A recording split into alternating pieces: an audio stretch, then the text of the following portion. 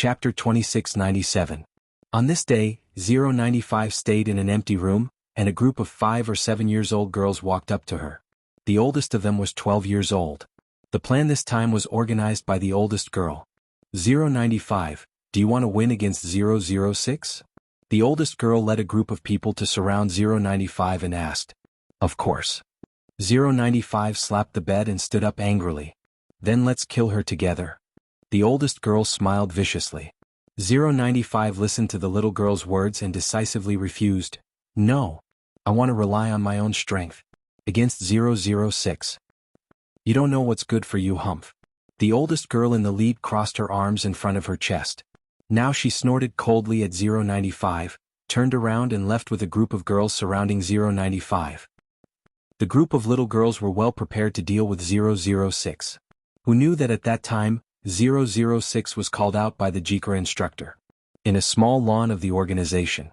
Taking advantage of the instructor's absence, the little girl MY who brought 006 delicious food every day and told her that we would find the way home, was sitting on the lawn with a little boy. The little boy put a flower on MY. She lowered her head shyly. The little boy code 056. The little girl who called herself MY code 018. 056 and 018 have a good relationship, which is known to all. I'll go first. I'll go to the cafeteria to see if there's anything delicious. 018 stood up, showed a sweet smile to the little boy, turned around and ran away. As soon as she arrived at the cafeteria, as usual, 018 avoided everyone and sneaked into the cafeteria to steal tonight's supper for 006. But 018 just secretly took a steamed bun in the cafeteria, turned around and was surrounded by a group of people. The leader was the oldest girl who tried to deal with 006 with 095. Hey look, see what you stole? The oldest girl said and walked toward 018 step by step. Boom, rumble. At night, the sound of thunder was very loud and the sky seemed to be torn apart. 006 sat on his bed, but 018 never came.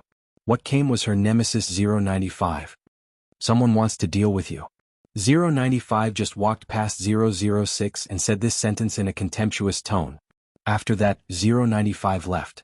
After 2 steps, 095 turned to look at 006 and said, "Don't die." 006's eyes at 095's words suddenly flashed. Boom. At this moment, a thunderbolt flashed by the window. 006 suddenly turned over from the bed, landed, people ran out. 006 did find 018. But when she found 018, what she saw was this scene. The rain fell to the ground and formed a river. 018's body had already been torn apart. 018's limbs had been dismembered and his heart had been dug out. His body was exposed and soaked in the rain, allowing the crazy storm to pour down on him. 006's heart suddenly contracted at this moment. After being in the organization for a year, she was used to seeing life and death. But at this moment, an unknown pain welled up in her heart. The girl who would give her snacks at night, the girl who would hug her and tell her that we will find our way home, the girl who would speak softly, she would never appear again. In 018's hand, there was still a piece of white stone in it. The letters engraved on the front of the white stone gradually became clear under the impact of the rain. The word MY was engraved on it. 006 seemed to have heard that night, and 018's words still lingered in his ears for a long time. It will hold us and take us home. I must take good care of it so that we can go home. But before returning home, 018 was lying on the cold ground, never speaking again, never hugging her, comforting her, and telling her that we will definitely go home. Come. Wonderful book house. Chapter 2698. Soon, someone organized people to drag away the body of 018 and feed it to the big wolf dog. After the people here died, their bodies would be dragged away and fed to the big wolf dog. This was the organization telling them that if they didn't want to be dragged away and fed to the big wolf dog after death, they had to survive in the strongest way. Even if you don't hesitate to kill your most important friend. At all costs. 006 was silent for many days. At the age of 6, she didn't know what death meant. She only knew that 018 would never appear again. No one would bring her food in the middle of the night and hug her with their warm arms. 6 years later. 006 was 12 years old. The group of people who killed 018 was killed by the boy 056 who often met 018. 006 later learned that 056's code name was Mad Dragon. After 018's death, 006 strength advanced by leaps and bounds. She could learn the most accurate killing move in the fastest time and could kill the opponent in the fastest time. Every year, a new batch of children would enter the organization, and then the first batch of children who were still alive would play the survival of the fittest game with the new children. Today, out of the thousands of children, there were only 50 who survived. And 006 was one of them. Today will be your big day. If you want to go home, your wish will be fulfilled today. Jay looked at the 50 people who had eliminated all the weak and survived over the years with his hands behind his back, squinted and smiled. After laughing, Jay clapped his hands in the excited voice of the group of people. Immediately, someone took the remaining 50 people and sent them into a large iron cage. Well, children, you can choose any weapon in front of you. After you get the weapon, you can use the weapon in your hand to kill anyone you see. Because in this game, only 3 people can survive to the end. Jay's words floated into the ears of the 50 people who walked into the iron cage. Large-scale battle. 50 people holding the weapons in their hands, kill anyone they see. Until the last 3 people who survive can walk out of the island. This was a game, and at the same time, it was a struggle between life and death. They might be able to survive in the organization for a few years, but whether they can reach the end depends on today's decisive battle. What? Only 3 people can survive? Doesn't that mean we have no way to survive? Hearing Jay's words, some people's expressions changed.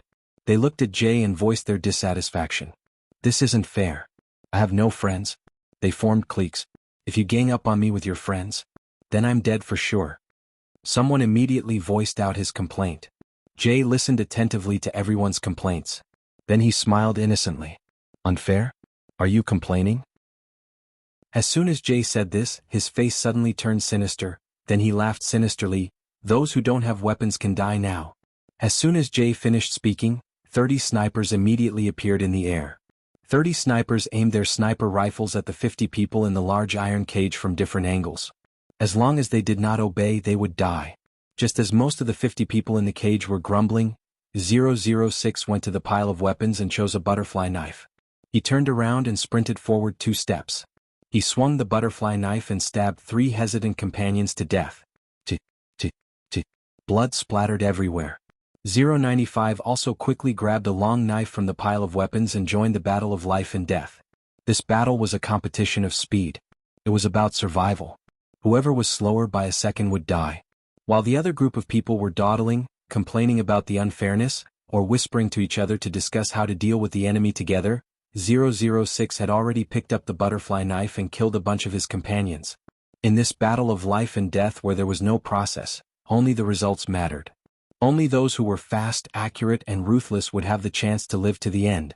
When the large iron cage was surrounded by corpses and only 3 people were left standing on the pile of corpses with their weapons in hand, Jay reached out his hand and clapped. He said to the 3 of them, "Congratulations on becoming the last king and joining in Hun Group. Tomorrow someone will send you to sign a 5-year contract. After 5 years of service to the group, you will regain your freedom." Southeast Asia, Myanmar. The group of people who sent a group of children into the group received a large sum of wealth and spent their days and nights with beautiful women. At this moment in a large bar. "Brothers, have you heard? An Hun group recently sent out 3 assassins. Their strength is amazing and they defeated a large number of international bigwigs. Do you think the group of children we sent in is one of them? How could it be so coincidental? Hey. What if there is? What if they come to seek revenge on us? How is that possible? How old are those children? They don't even remember our faces. This joke is not funny at all." In the bar, a short and fat Burmese man was holding a beautiful woman's breasts with a look of indifference. But just as they finished speaking, the door was suddenly opened. They saw a 12-year-old girl with loose hair and a dark aura all over her body appear in front of them. Where did this little girl come from? Go, go, go. Get out. The Burmese man looked at her with disdain. But as soon as he finished speaking, a butterfly knife suddenly flew out of the girl's hand and directly cut off the Burmese man's head. She stepped forward in a second and stepped on the Burmese man's head with 1 foot.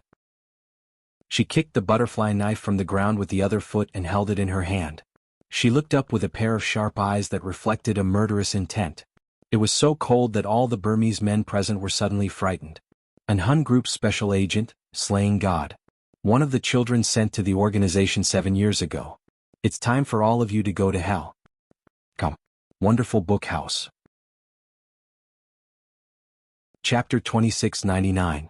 As soon as Slaying God finished speaking, the men sitting in the private room of the bar screamed in panic when they saw Slaying God enter and behead one of their buddies.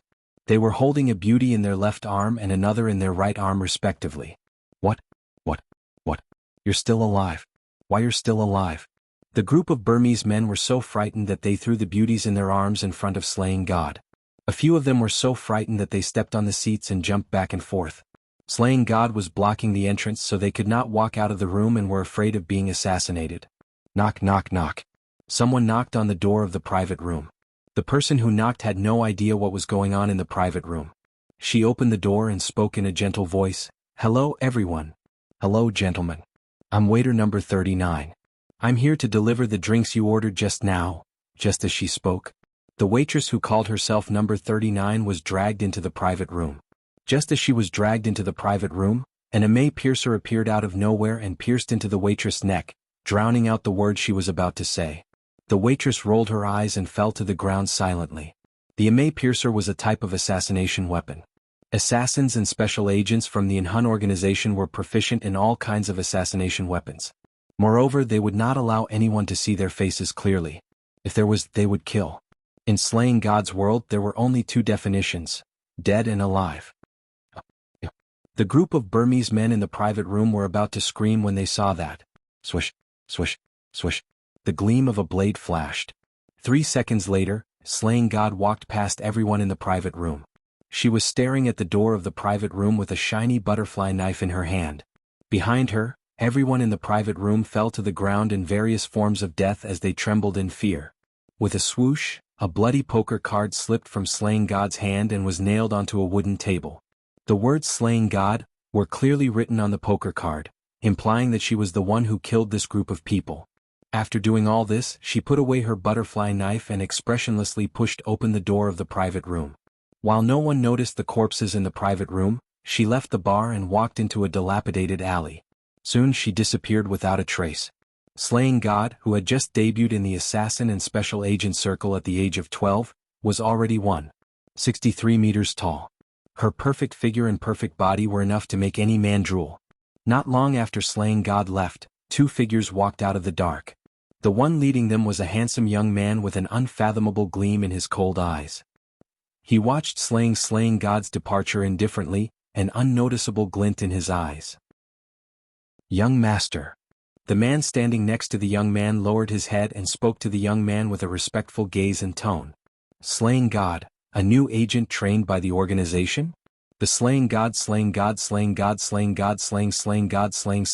was God. Yes. The man nodded. As soon as the man finished speaking, he was silent for a moment before he suddenly added, Young master, you? Before the man could finish speaking, the youth turned around and took 2 large steps forward before suddenly stopping. The teenager, who was still underage, was already 1.8 meters tall. At this moment he stopped and used his magnetic voice to instruct his subordinate, who was the man. She has just joined the circle. Protect her well. I've taken a fancy to this woman. Chapter 2700. Why? The man's eyes widened in confusion when he heard his young master say that. Although his young master was young, he was a famous existence in this world. The leader of an Hun group. Although he was young, he had a brilliant brain and ruthless methods. The man did not expect his young master, who had lost his mother when he was young, to have an instinctive dislike and distance himself from women, would say something like that. Moreover, she was only 12 years old. Was he planning to keep her in captivity? However, the man would soon find out that his young master did not intend to keep the agent named Slaying God in captivity. Lin Wei, you have too many questions.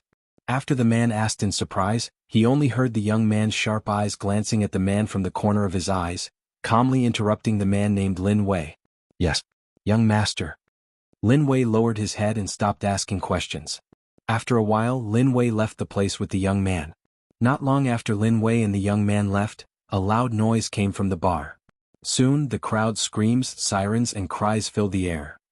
2 years later, the name of the agent, Slaying God, had spread internationally. Countless international bigwigs were eyeing her covetously and trembling in fear. However, she was still unable to enter the secret agent assassin ranking. In this field it was useless to have strength alone, one must have influence. No matter what profession one was in, one would be praised for their outstanding abilities. However, never forget that when one was praised to the highest point, one would also be envied and schemed against by others in the same field. It was the same in the secret agent assassin circle. It was nighttime. On a well-known island in Country M. On the waters near the island, countless yachts were carrying international businessmen, politicians, the world's richest man, arms tycoons from all over the world, and the world's top secret agent assassins. Anyone who had a little reputation in the world was invited to this place. It was a large-scale international gathering of both the underworld and the underworld. A red glow flashed across the horizon. The red glow shrouded the night moon as if it was entangled with blood vessels. It was a blood-red night. Slaying God, who had just turned 14, stood on the island's large-scale ball that was built by the world's top engineers. A dark blue evening gown wrapped around her proud and beautiful figure. Under the moonlight, her smooth long hair fell to the side of her shoulders, giving her an indescribable sense of beauty. She gently held the glass of red wine and placed her hand on the banquet table, enough to make the men passing by stop in their tracks. It was a masquerade party tonight. There were more people from the righteous path. All in all, there were not many assassins and secret agents like Slaying God. Luoluo, you have everything now, but Ling Ling only has me. If I leave Ling Ling, she won't be able to live. Then can you bear to abandon me? Slaying God's eyes were fixed on a spectacular show in front of her. Slaying God placed both hands on the dining table and picked up the desserts on the table. She was feeding herself one bite at a time while watching the emotional drama unfold. He saw a man in front of him holding a woman's hand and talking to another woman who was dressed like a rich young lady. Good. I'll make you regret this. The rich young lady cried as she yelled at the man and woman. Then she ran toward Slaying God. As she was running too fast, she almost bumped into Slaying God. However, Slaying God dodged her with a sidestep. Are you the Xia family's young lady, Xia Luo? Slaying God held her, her exposed red lips curling slightly under the mask. And you are? Xia Luo wiped her tears and asked in return. Your father hired me as a bodyguard. Slaying God straightened her body and crossed her arms as she answered. Chapter 27:01. Slaying God did not attend such an international banquet out of boredom. Secret agents and assassins would accept any mission as long as the employer paid them enough money. This included protecting people. Slaying God was here because Xia Luo's father had paid her enough money to hire her. Are you the bodyguard my father hired? Xia Luo asked loudly after hearing what Slaying God said. As Slaying God was wearing a mask and it was a masquerade banquet, many international bosses and triads were unwilling to show their faces. Hence, they would attend with masks on.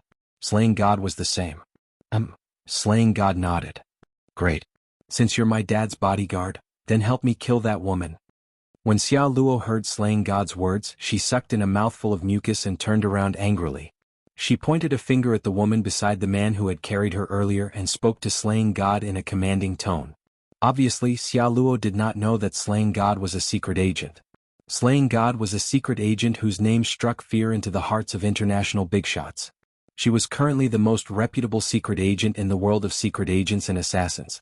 Someone once predicted that with her ability and achievements, she would one day become the top secret agent in the world. A secret agent who had just debuted 2 years ago was already given such a shocking title by the international community. Slaying God, the secret agent, was no doubt a person with great potential. Xia Luo ordered Slaying God like a rich missy, but Slaying God remained standing with her arms crossed.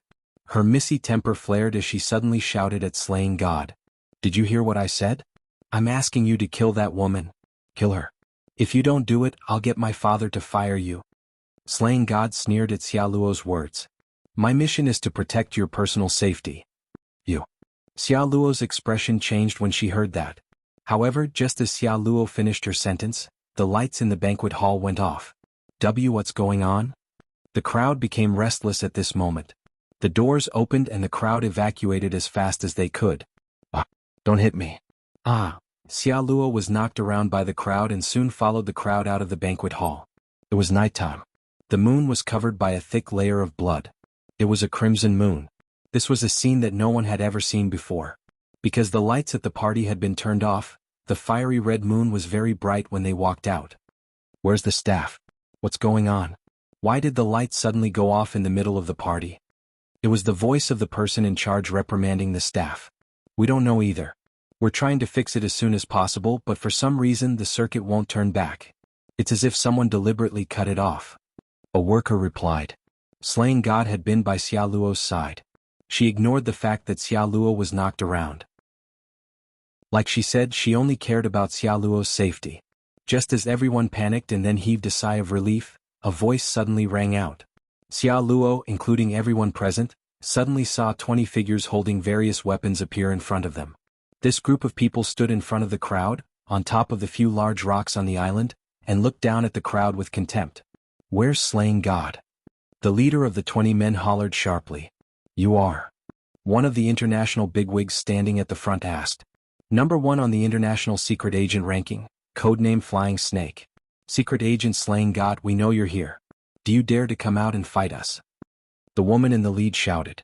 They were none other than the top 20 secret agent assassins on the international secret agent assassin ranking.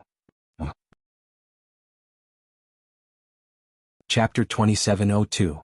The woman in the lead was dressed in a fiery red robe. Her face couldn't be seen clearly under the moonlight, but it could be seen from her fiery red robe that she was definitely not an ordinary woman. This woman was Flying Snake, the number 1 secret agent in the international ranking. Speaking of the Flying Serpent, it was truly a legendary figure. Flying Snake had grown up in the 70s and 80s. Since her debut in the late 70s, Flying Snake had ascended to the throne of the number 1 secret agent in the international ranking as a woman. Someone once asserted that Flying Snake would be the most outstanding female secret agent assassin. She would be the queen of achievements that no one could surpass since time immemorial. This was because there were 20 people in the top 10 of the international secret agent assassin ranking. Only 2 of them were women. Apart from Flying Snake, who occupied the number 1 spot in the international secret agent ranking. The other woman was only good enough for the 10th spot in the international assassin ranking. Compared to Flying Snake, she was not qualified at all. Flying Snake's words frightened all the businessmen, politicians, and high-ranking officials present. Sweat trickled down their foreheads. The number 1 secret agent in the international secret agent ranking, Flying Snake. Rumor had it that this woman had only failed a few missions since her debut. To think that such a terrifying woman would appear here.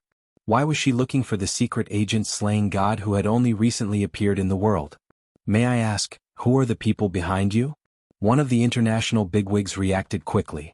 He quickly realized that the group of people standing behind Flying Snake were probably not small fries. Hence, he wiped the sweat off his forehead and asked Flying Snake in a low voice. They're the top 10 secret agents in the international secret agent ranking. They're the top 10 assassins in the international assassin ranking. Alright, it's time for Slaying God to come out. Flying Snake was quite straightforward. She pointed at the group of people standing behind her and said those words loudly. Then she changed the topic. The pair of snake-like eyes scanned the group of people, trying to capture the agent named Slaying God. Slaying God? Slaying God? You're the bodyguard my father asked to protect me. You must protect me? Xia Luo hid behind Slaying God in fear after finding her. However, just as Xia Luo hid behind Slaying God and grabbed Slaying God's evening gown tightly with her fingers, Slaying God suddenly flung her hand away from her gown. Under everyone's watchful eyes and the blood-red moonlight, Slaying God walked fearlessly to the people led by Flying Snake. You're Slaying God.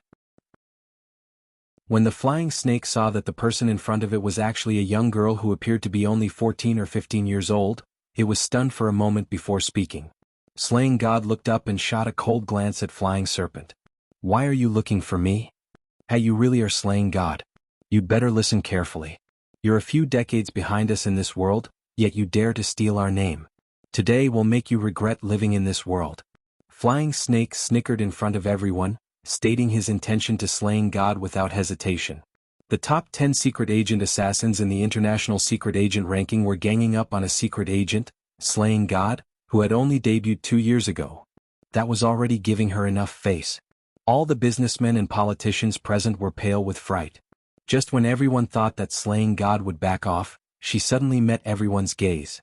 Her sharp eyes, which were hidden under her bangs, suddenly looked up and 2 butterfly knives appeared in her hands out of nowhere. Then she retaliated with the most savage and terrifying words. So, the 20 of you are here to die? Come. Wonderful book house. Chapter 2703. Translator, Endless Fantasy Translation Editor. Endless Fantasy Translation, page 1/1. The 20 people standing in front of him were not ordinary people. That was one of the top assassins in the world. 20 of the top 10 international secret agent assassins. Among these 20 people, any one of them would be able to make a name for themselves if they went international. And now, these 20 people were gathered together to deal with a newbie who had just debuted in the assassin and secret agent circle for 2 years. Did this special agent named Slaying God really have the ability to defeat her? Did they need 20 of the top 10 assassins in the international secret agent ranking list to defeat her? Ah, how conceited. The Flying Snake glanced at Yun Jian with contempt. Flying Snake, don't waste your breath on her. Just attack. Standing beside the Flying Snake was a man who was holding a big hammer in each hand. He knocked the 2 big hammers against each other and revealed a set of bloodthirsty teeth under the blood-red moonlight. The international businessmen, politicians, CEOs of various multinational corporations, and countless bosses from both the underworld and the underworld stepped aside, leaving the scene to Slaying God and the top 20 international secret agent assassins. This was undoubtedly a contest between kings whose strength reigned supreme. If anyone else went up to him, only death would await them. Xia Luo, who was pushed to the side, was also scared. After she was pushed to the side, her entire body trembled.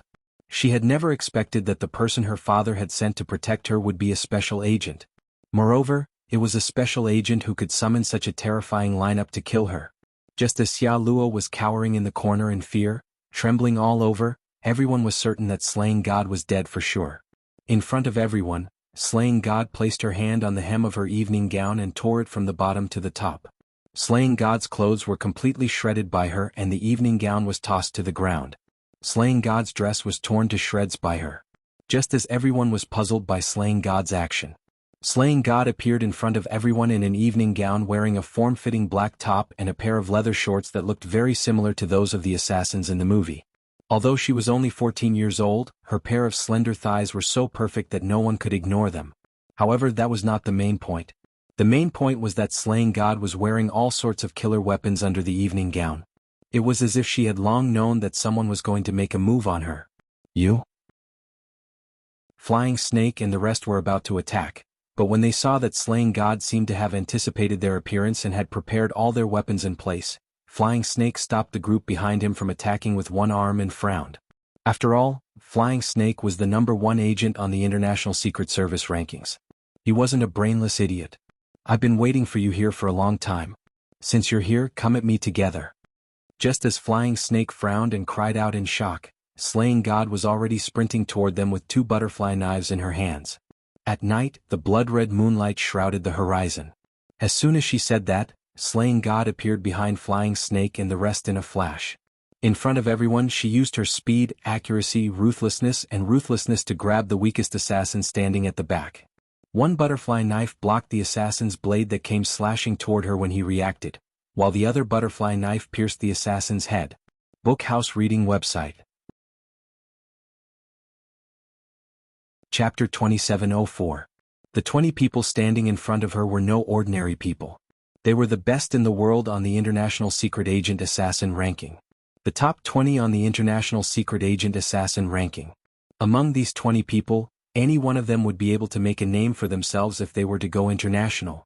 Now, all 20 of them were gathered together to fight a newbie who had just debuted in the secret agent assassin circle 2 years ago. Did this secret agent named Slaying God really have the ability to defeat her? Did they need the top 20 on the International Secret Agent Assassin ranking to defeat her? How arrogant. Flying Snake glanced at Yun Jian in disdain. Flying Snake, don't waste your breath on her. Let's go. Standing beside the Flying Snake was a man who was holding a big hammer in each hand. He knocked the 2 big hammers against each other and revealed a set of bloodthirsty teeth under the blood-red moonlight. The international businessmen, politicians, CEOs of various multinational corporations, and countless bosses from both the underworld and the underworld stepped aside, leaving the scene to Slaying God and the 20 people on the International Secret Agent Assassin ranking. This was no doubt a battle between the kings of strength. Death was the only way out for the rest of them if they joined in. Xia Luo, who was pushed to the side by the collision, was also frightened. She was trembling all over after being pushed to the side. She never thought that the person her father sent to protect her would be a secret agent. Moreover, it was a secret agent who could summon such a terrifying lineup to kill her. Just as Xia Luo was cowering in a corner, trembling in fear, and everyone was certain that Slaying God was dead for sure. Slaying God suddenly placed her hand on the hem of her evening gown and tore it from top to bottom in front of everyone. Slaying God's clothes were completely shredded by her, and the evening gown was tossed to the ground. Slaying God's dress was torn to shreds by her. Just as everyone was wondering what Slaying God had done, Slaying God, who was wearing a tight-fitting black top and a pair of leather shorts similar to the secret agent assassin in the movies, appeared in front of everyone. Although she was only 14 years old, her slender thighs were so perfect that no one could ignore them. However, that was not the point. The point was that Slaying God was wearing all kinds of assassin weapons under the evening gown. It was as if she had long known that someone was going to make a move on her. Flying Snake and the rest were about to attack, but when they saw that Slaying God seemed to have anticipated their appearance and had prepared all their weapons in place, Flying Snake stopped the group of people behind him with one arm and frowned. After all, Flying Snake was the #1 agent on the International Secret Service rankings. He wasn't a brainless idiot. I've been waiting for you here for a long time. Since you're here, come at me together. Just as Flying Snake frowned and cried out in shock, Slaying God was already dashing toward them with 2 butterfly knives in her hands. At night, the blood-red moonlight shrouded the horizon. As soon as he said that, Slaying God took a quick step and appeared behind Flying Snake and the rest. In front of everyone, she used her speed, accuracy, ruthlessness to grab the weakest assassin standing at the back. One of the butterfly knives blocked the assassin's blade that came slashing at him after he reacted. The other butterfly knife pierced the assassin's head. Chapter 2705. Splat. Slaying God pierced the assassin's head in 0.5 seconds and pulled the butterfly knife out of the assassin's head. Blood splattered everywhere and the sound of blood dripping could be heard. One of the top 20 assassins on the International Secret Agent ranking was dead. Don't think that Flying Snake and the others would mourn the death of their comrade when they saw this. To Flying Snake and the rest, getting rid of the secret agent Slaying God was the reason they had agreed to be temporary companions. Like Slaying God, the secret agent assassins on the International Secret Agent ranking came from a ruthless assassin organization. To them, human lives were worthless. However, after Slaying God killed one of the assassins, the 19 men led by Flying Snake widened their eyes in shocked that Slaying God had attacked so quickly. However, even though they were shocked, this group of people led by the Flying Snake were all kings who had survived from the brink of death. After Slaying God killed the first assassin, almost at the same time she attacked, someone wielded a long saber and slashed it at her neck. Someone slashed at her from the front with a long saber while someone from the back attacked her from the back where her heart was. Someone at the side even threw out a poison dart. She was surrounded by a group of people. Slaying God was still a 14-year-old child with enemies on all sides. However, Slaying God dodged to the side, choosing to avoid the attacks from the back and side. She leaned back and grabbed the long saber from the secret agent who attacked her first. The saber was razor sharp. Blood dripped from Slaying God's palm as the saber's blade grazed her palm. Just looking at it was enough to scare anyone. It's over. Secret agent Slaying God is done for. Someone in the crowd covered his eyes and exclaimed. Just when everyone thought that Slaying God was done for, she held the long saber in her palm as if she did not feel pain. She allowed the blade to crush her palm as blood splattered everywhere. Holding the long saber, she leaped from the ground and did a 180-degree somersault.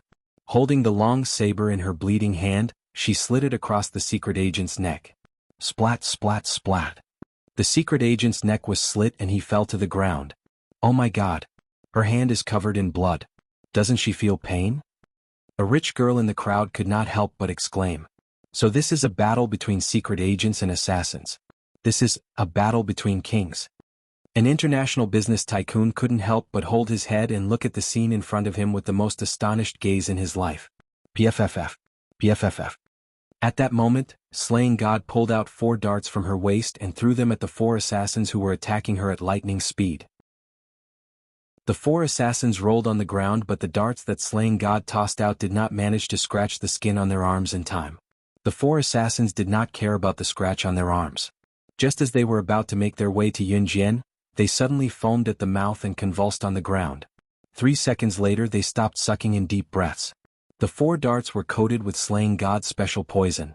As long as there was even a tiny scratch on his skin, he would die without a doubt. It's time to end this childish game. Just as Slaying God evaded the group's attack, Flying Snake led the 6 most powerful men on the International Secret Agent Assassin ranking to attack Slaying God at the same time. As soon as he said that, Flying Snake took a big step towards Slaying God. Slaying God did a backflip and the man with the big hammer smashed it down on her head. Slaying God, who was only 14 years old, was overwhelmed by the enemies who were the most elite secret agent assassins in the world. At that moment, the big hammer was right in front of Slaying God's eyes and was about to crush her head. Just when everyone thought that Slaying God was a newbie after all and that she would definitely die in this series of attacks. Then a terrifying scene unfolded before their eyes. Chapter 2706. Slaying God turned her body around and lifted her legs just as the hammers were about to hit her.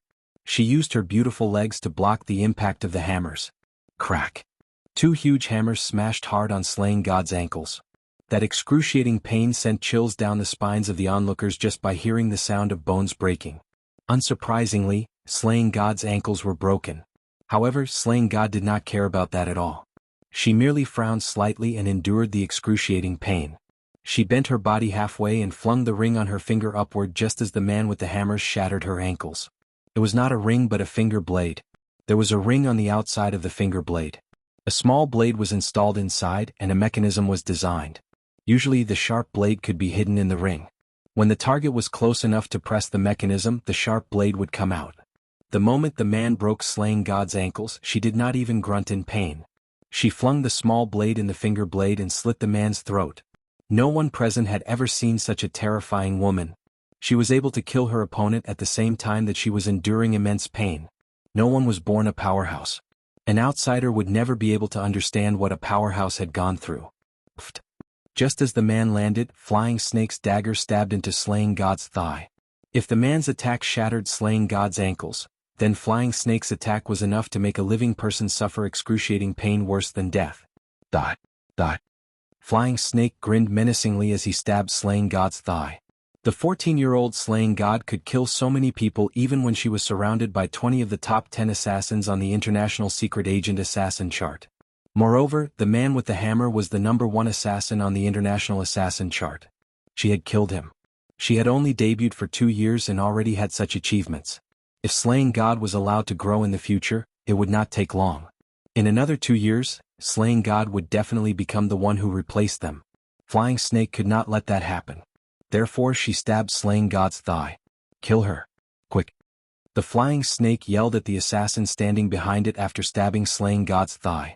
The group of assassins and agents following closely behind were just about to make their move. Slaying God arched her hands into the shape of an eagle's claws and attacked the Flying Snake's eyes with both hands. It dug into the Flying Snake's pupils and dug out the Flying Snake's eyeballs along with its roots. The Flying Snake's eyeballs were suddenly plucked out by Slaying God. She let go of her grip and shrieked. Slaying God did not even blink. She pulled out the dagger that the Flying Snake had stabbed into her thigh and plunged it straight into the Flying Snake's heart. 10 seconds later, the Flying Snake struggled for a bit before falling to the ground with a thud, no longer breathing. Flying Snake, ranked #1 on the International Secret Agent ranking, and Big Hammer, ranked #1 on the International Assassin ranking, were killed. The 2 strongest people in the group were dead. He died in the hands of Slaying God, an agent who had only been in the game for 2 years. Everyone was stunned at this moment. The remaining 12 agents and assassins at the back stopped in their tracks, not daring to go any further. Regardless of whether Slaying God would die here today, this battle of life and death was enough to make Slaying God famous all over the world. However, just when everyone thought that Slaying God would not be able to stand up again, Xia Luo's eyes widened and everyone's faces turned pale with fear. Suddenly, a shocking scene happened. Slaying God tore apart the white shirt on the Flying Snake's corpse and wrapped it around her thigh like a bandage, adeptly wrapping it tightly around her bleeding thigh. He tied up the leg that was close to being crippled and stood up again in front of everyone. Come. Wonderful Book House. Chapter 2707. An Hun Organization. Lin Wei stood in front of an inconspicuous villa in the Hun Organization. An Hun Organization was huge, as big as a maze. On the other hand, this villa, which was amazing in any corner outside, suddenly became inconspicuous in this place. Soon, a slender figure walked out of the villa. Seeing this, Lin Wei turned sideways and bowed slightly to the slender figure walking out of the villa. Young Master. The person who walked out of the villa was the leader of an Hun organization, as well as the Young Master of Cold Pavilion, the largest international firearms organization, CE. At this moment, he answered softly from his thin lips. CE walked past Lin Wei as soon as he finished speaking. When he walked past Lin Wei, he turned and ordered him, "Send her back to her place. Remember, don't tell her about my appearance." He was referring to slaying God. Lin Wei was stunned, but due to his status, he lowered his head slightly and nodded to CE. "Yes, sir." Slaying God was severely injured after killing the top 10 assassins on the International Secret Agent Assassin ranking. However, with Slaying God's stamina, she would recover in less than a month. Moreover, an Hun organization's medical facilities were excellent. Slaying God could continue with the missions assigned by the organization after a month. However, due to the Bloody Night incident a month ago, Slaying God shot to fame and became the #1 on the International Secret Agent ranking. Following that, her bounty increased significantly. The name, Slaying God, swept across the world at the speed of a roaring typhoon. 2 months later. Xia Multinational Group. There's still no way. Why is there still no way? A woman in her 20s held her head and slowly squatted on the ground. She was so anxious that her eyes were about to pop out. However, she did not cry. If it were in the past, she would have cried long ago. However, she could not cry now. Her father suddenly passed away in the company 3 months ago. Her mother was so heartbroken that she fainted and was sent to the hospital for emergency treatment. She was barely saved, but the doctor said that she might not wake up for the rest of her life. After the death of the Xia Group's chairman, all the shareholders withdrew their shares. Her relatives who used to follow her orders all came forward to snatch her father's company away. In just 3 months, Xia Luo went from a crafty and ruthless young lady to someone who was worse than an ordinary person and had nowhere to settle down. 3 months was enough to change a person. 3 months ago, Xia Luo used to be a spendthrift and yelled at the servants. Now she was just an ordinary person. She wanted to keep her father's company. She even used her own ability to hold a shareholders' meeting, but without exception, she failed miserably. It wasn't that they didn't have the ability to do so, but that no one was willing to listen to a young lady whose family had fallen from grace. In the past, she had always been at the beck and call of the family. Could it be that it really ended just like that? Xia Luo's hand that was placed on the coffee table drooped down slightly. She stared blankly ahead. The series of blows over the past 3 months had caused Xia Luo to become shockingly thin. However, the moment Xia Luo's hand slightly drooped, a pair of white shoes suddenly appeared in front of her eyes.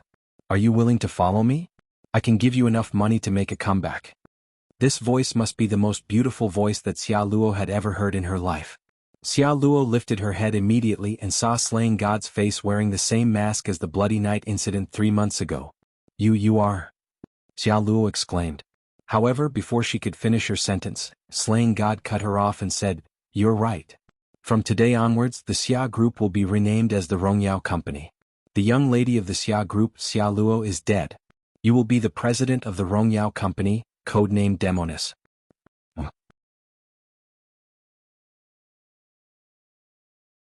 Chapter 2708. Slaying God's words left no room for her to refute. She had guessed correctly that she would not reject her.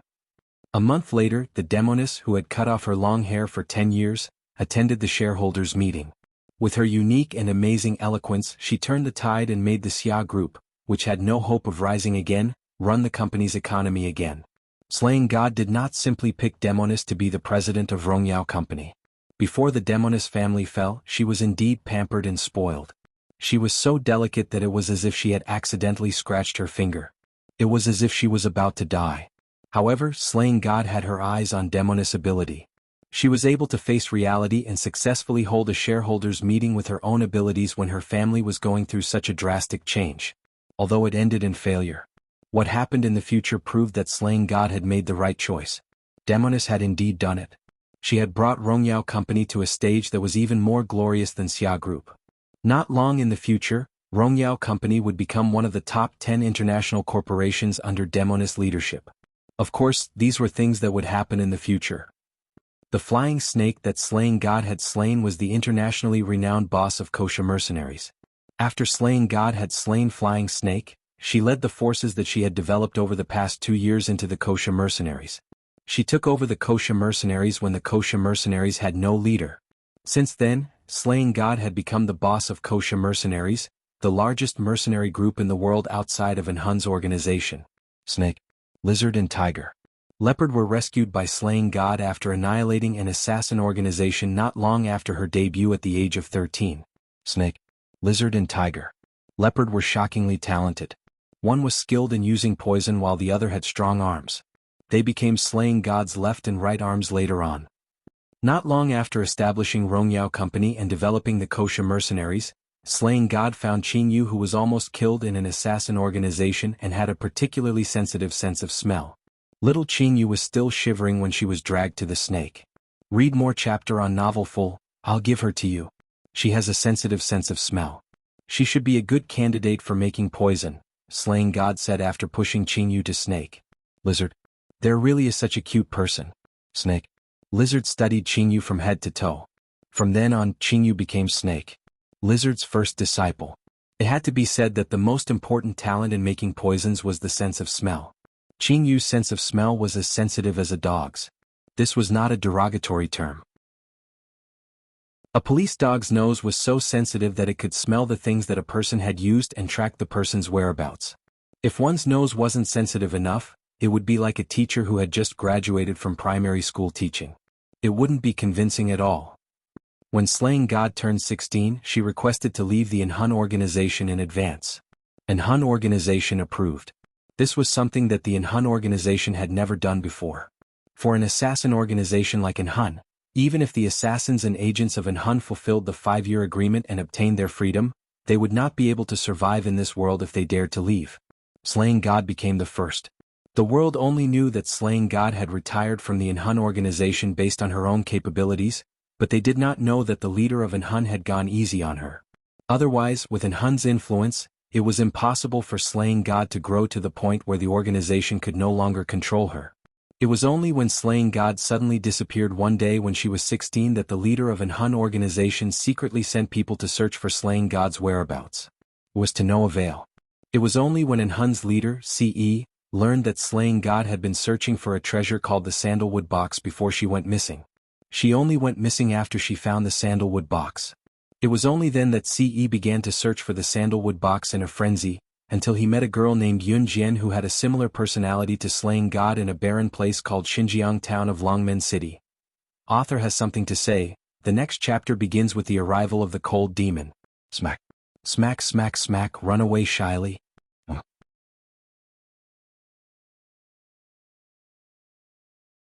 Chapter 2709. Lung Mei had no parents since she was young. She was an orphan. She was only 7 years old when the leader of the Blood Doll brought her home. The leader of the Blood Doll wasn't Di Lin, but his father, Di Luan.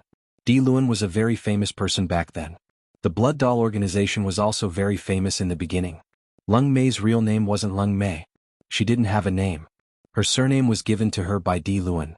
Di Luan treated Lung Mei as his goddaughter because his wife wanted to have a daughter when she was alive. Unfortunately, she couldn't give birth to a daughter until she died. Di Luan loved his wife very much and followed her orders back then. So when his wife passed away, Di Luan found Lung Mei and took her as his goddaughter in order to mourn for her. Lung Mei was still very timid back then. When she was brought into the Blood Doll organization, she hid behind Di Luan and tightly grabbed onto his clothes. "Kid, she's your sister from now on," Di Luan said to Di Lin, who was only 10 years old back then, as he rubbed Lung Mei's head lovingly. Di Lin's skin was white and clear when he was 10 years old. Di Lin didn't have the habit of wearing black clothes and hats back then, so he didn't wear the black hat behind his collar. But that innate coldness made Lung Mei even more afraid. "I don't have a sister." At that time, the 10-year-old Di Lin only glanced coldly at Lung Mei, then turned and walked out of the hall. "You little brat." Di Luan was so angry that his whole body trembled. "Big brother doesn't seem to like me." Lung Mei tightly grabbed onto Di Luan's clothes and said to him in fear, "It's nothing. Mei, if that brat dares to bully you, tell Godfather. Godfather will help you teach him a lesson." Di Luan said softly as he rubbed Lung Mei's head that didn't even reach his waist. Lung Mei stayed in the Blood Doll organization for 10 days. She didn't see Di Lin during these 10 days. Lung Mei let out a sigh of relief and started to treat the Blood Doll organization as her home. She walked out of a large building in the Blood Doll organization. Suddenly her vision blurred. Then, a boy half a head taller than Lung Mei pressed her against the wall and looked at her coldly. Get out of here or I'll teach you a lesson. It was Di Lin. Lung Mei was startled. She was so scared that she didn't know what to do. She grabbed Di Lin's clothes, her big watery eyes as dazzling as pearls. Brother. I'm scared. At that time, Di Lin was stunned by Lung Mei's sudden words. The young Di Lin's face flushed red. Perhaps it was because Lung Mei was too cute. However, Di Lin quickly shifted his gaze to the side. If you don't want to stay here, then just you wait. After saying this, Di Lin was afraid that Lung Mei would notice the abnormality in his expression. He snorted and turned to leave. This was the last time the 7-year-old Lung Mei saw Di Lin. The 10-year-old Di Lin had been sent to the Blood Doll Organization's Assassin Training Center by the leader of the Blood Doll Organization, Di Luan, and had started 9 years of assassin training. For the next 9 years, Lung Mei lived a very good life in the Blood Doll Organization. And Di Luan didn't really spoil Lung Mei at home. Di Luan knew that in their line of work they had a lot of enemies. In order to protect Lung Mei, they had to train her to the point where she could protect themselves. Who knew that Lung Mei was very talented in this aspect? 9 years later, the 16-year-old Lung Mei was almost invincible in the Blood Doll Organization. Di Luan was very pleased. Mei, the Blood Doll Organization will be taken over by that brat Lin one day. Although you're not my biological daughter, in my heart, you're already closer to me than my biological daughter. So as your father, I hope that you can stay away from all the darkness in the world and live a normal life. Father has already chosen some decent young masters from decent families for you. Take a look, if there's anyone suitable, you should get married as soon as possible. Di Luan knew that he didn't have long to live. That was why he wanted to arrange all this for Lung Mei at the age of 16. Di Luan had once been stabbed by someone near his heart. In recent years that injury had acted up again and he often vomited blood. Di Luan was afraid that after he left, his son Di Lin would bully Lung Mei. That was why he said this to Lung Mei. Father, I don't want to leave you. Lung Mei frowned and spoke her mind. If you want me to live a better life, then you should get married. Di Luan covered his mouth and suddenly coughed violently as he berated Lung Mei. Father, what's wrong? Haven't you recovered from the cold from last time? Lung Mei saw this and stood up anxiously to ask Di Luan. I'm fine. As long as you promise me, my body will be better than anyone else. Di Luan coughed and said. Lung Mei lowered her eyes and agreed. Okay. She originally thought that her life would be obedient to Di Luan and marry an ordinary person. That would be it for the rest of her life. When she came out of Di Luan's bedroom, Lung Mei was still thinking about some fundamental questions. But when she passed by the door of the villa that had been abandoned 9 years ago, someone suddenly covered her mouth from behind. She didn't even notice that someone was behind her. When Lung Mei reacted, she was already tied to a wooden stool in a small attic. Her hands and feet were tied to the stool with hemp rope. When she saw the fair-skinned handsome man in front of her, Lung Mei cried out loudly, "Woo woo! I told you to leave 9 years ago but you didn't. Did you forget my advice?" Di Lin, who had just returned from his studies, looked at Lung Mei with contempt.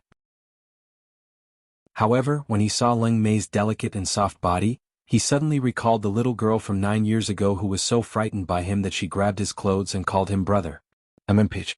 Lung Mei shook her head. Her mouth was covered and she couldn't make a sound. When Di Lin saw this, his mouth suddenly went dry. His hand moved and a dagger appeared in his hand. Ha, you don't know what's good for you? Seems like you won't leave until I teach you a lesson? With that, he used the dagger to cut Lung Mei's clothes in a punishing manner. Her thin clothes were cut by Di Lin. Lung Mei's thin clothes were torn apart, and her bra was also torn apart because of the force of the slash. The moment her clothes were torn apart, her white and full breasts were exposed without any reservation. New book release date is July 11, 2019. Death God and Killer Reborn on campus. The first post on my QQ space is the new female lead's character design. Q number 2625702229. Chapter 2710. Di Lin didn't expect this either. He only wanted to scare Lung Mei away from Blood Doll, but he didn't expect that the knife would cut through her clothes and even cut through her clothes. Turning his head to the side, Di Lin's face was cold, but he couldn't forget the white skin that appeared in front of his eyes. Lung Mei was also frightened. Her hands and legs were tied to the wooden stool and she couldn't move at all. She could only let herself be exposed to the air. Remember what I said. Leave Blood Doll or I'll make you regret being born. Di Lin turned his head to the side and said coldly. With that, Di Lin turned to leave. But after taking 2 steps, Di Lin used the knife in his hand to cut through the ropes binding Leng Mei. He then took off his jacket and put it on Leng Mei. Without looking back, he turned and left. After Leng Mei was untied, the first thing she did was to tear off the white cloth covering her mouth and shout at Di Lin, who was walking out the door. "Even if you kill me, I won't leave as long as my father is here." Leng Mei was raised by Di Lun. Di Lun gave her fatherly love that she couldn't have. He gave her a warm and dependable family. To Leng Mei, as long as Di Lun was here, she wouldn't leave. She wouldn't refuse even if Di Lun asked her to go through hell. Di Lin's threats were useless against her. Di Lin took 2 steps out of the small attic of the abandoned villa and stopped at the entrance. After a slight pause, Di Lin strode out and left without looking back. 3 days later. In order to welcome his son Di Lin's return and to help him integrate into the circle, Di Lun held a banquet. Although the current Blood Doll organization was an international organization, it was still a small organization that couldn't be compared to a truly large organization. Di Lun was already very impressive to be able to develop Blood Doll to its current state from scratch. The guests of this banquet weren't important people from the international community, but people with some status in the world. Actually, Di Lun had 2 goals. One was to introduce his son Di Lin, and the other was to find a husband for Leng Mei. The first segment went very smoothly. Di Lin himself had the aura of a king, enough to suppress the crowd, so he quickly made friends with many of Di Lun's friends. Di Lun saw that things were going smoothly on Di Lin's side, so he let Leng Mei hold his hand and brought Leng Mei to meet the young masters of the righteous forces. Rather than a meeting, it was more like a blind date in disguise. "Can you cook?" The person Di Lun chose was a wealthy young master. At this moment, the young master was looking at Leng Mei with an interrogative expression.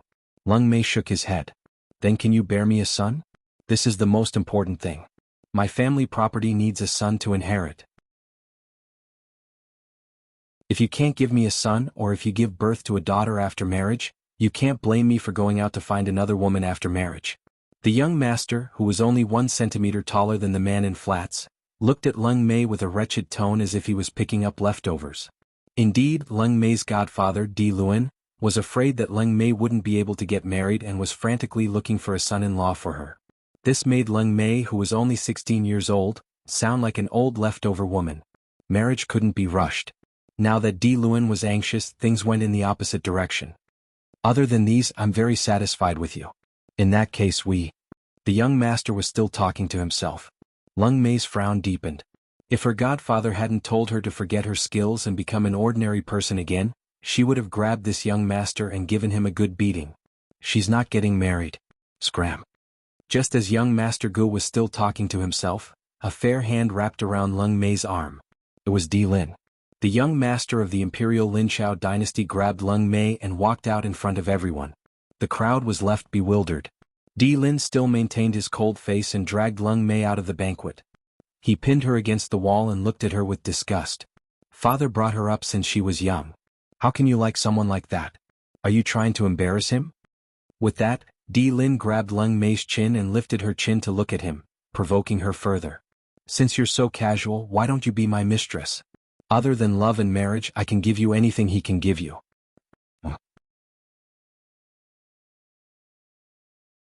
Chapter 27:11.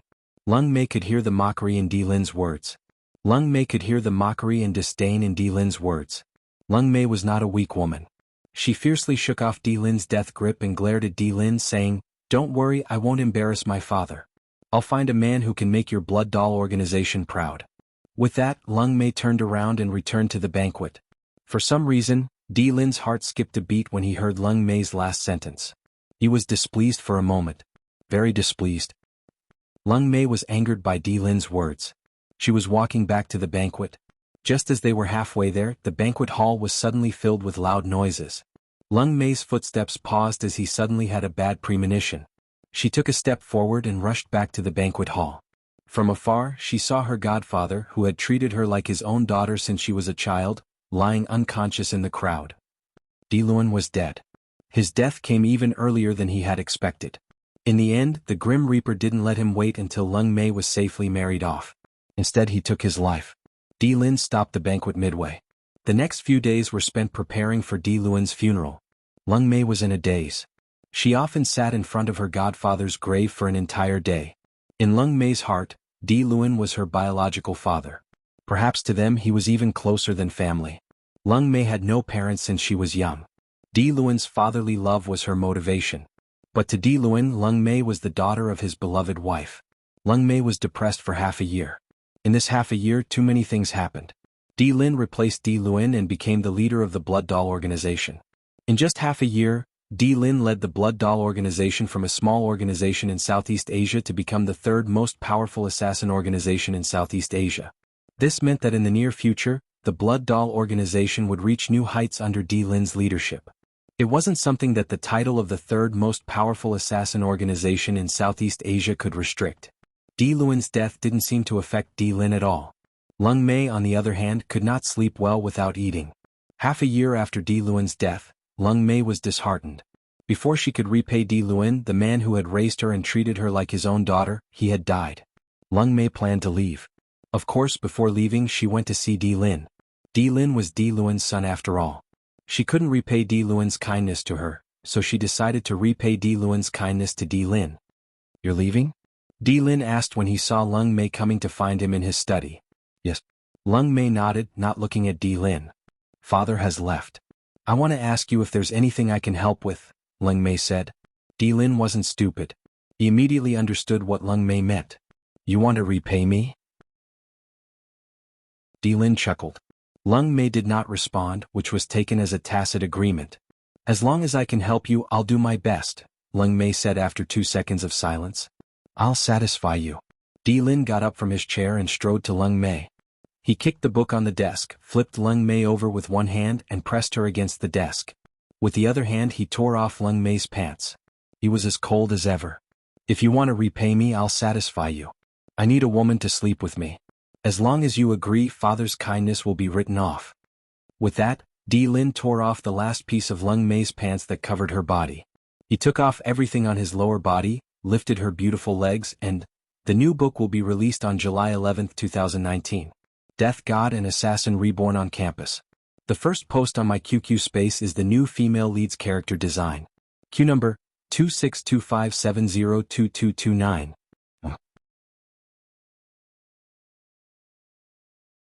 Chapter 2712. Lung Mei didn't reject Di Lin in the end. Perhaps it was because she wanted to repay Di Luan's kindness, but Di Luan was dead and she couldn't do so anymore.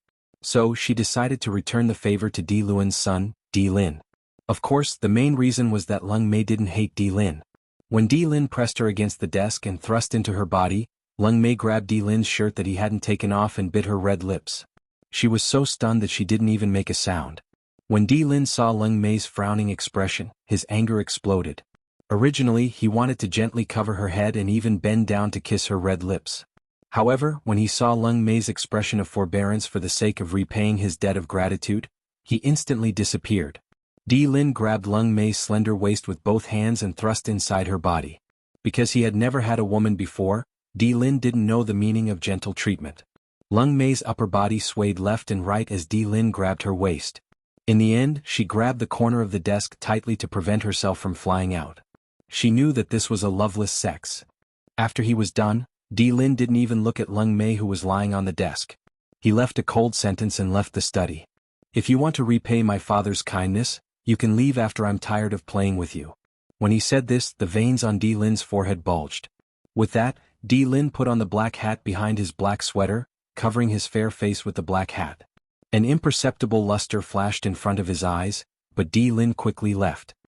He was afraid that Lung Mei would think that she had repaid his kindness and suddenly leave after he left. So he left those harsh words. After Di Lin left, Lung Mei put on her clothes. She sat for a while in the study where Di Lin's aura still lingered, then returned to her room. On the way back, Lung Mei met Ruoyin, Di Lin's subordinate who had been following Di Lin ever since he returned to the Blood Doll organization. Lung Mei didn't know about Di Lin's past. She thought that Ruoyin wasn't just Di Lin's subordinate. She even thought that Ruoyin was just a tool to warm Di Lin's bed. Lung Mei didn't even look at Ruoyin. She walked around Ruoyin and wanted to walk forward. "Are you Blood Dolls, Lung Mei?" Just as Lung Mei was about to go around Ruoyin suddenly called out to him. Upon hearing Ruoyin's words, Lung Mei stopped in her tracks and turned to look at Ruoyin. She openly admitted, "Yes." "What's the matter?" Lung Mei asked. "Oh." Ruoyin shook her head and glanced at Lung Mei a few more times. This was the first time Leng Mei and Ruo Yin had met. However, Leng Mei mistakenly thought that Ruo Yin was also Di Lin's woman. Therefore he did not have a good impression of Ruo Yin. Hearing Ruo Yin's words, Leng Mei turned and left. Ruo Yin stared at Leng Mei's departing figure for quite a while. Her voluptuous breasts and plump buttocks, her enchanting figure, as well as her slender waist that was wrapped in tights that could be wrapped with 2 hands. It had to be said that Leng Mei's figure and appearance could be called the #1 beauty in the Blood Doll organization. Unfortunately, Leng Mei was in the Blood Doll organization and was recognized as the #1 expert of the Blood Doll. Ruo Yin held her chin and looked at Leng Mei's departing figure, deep in thought. Tsk, so this was the woman that the chief liked for so many years. Leng Mei.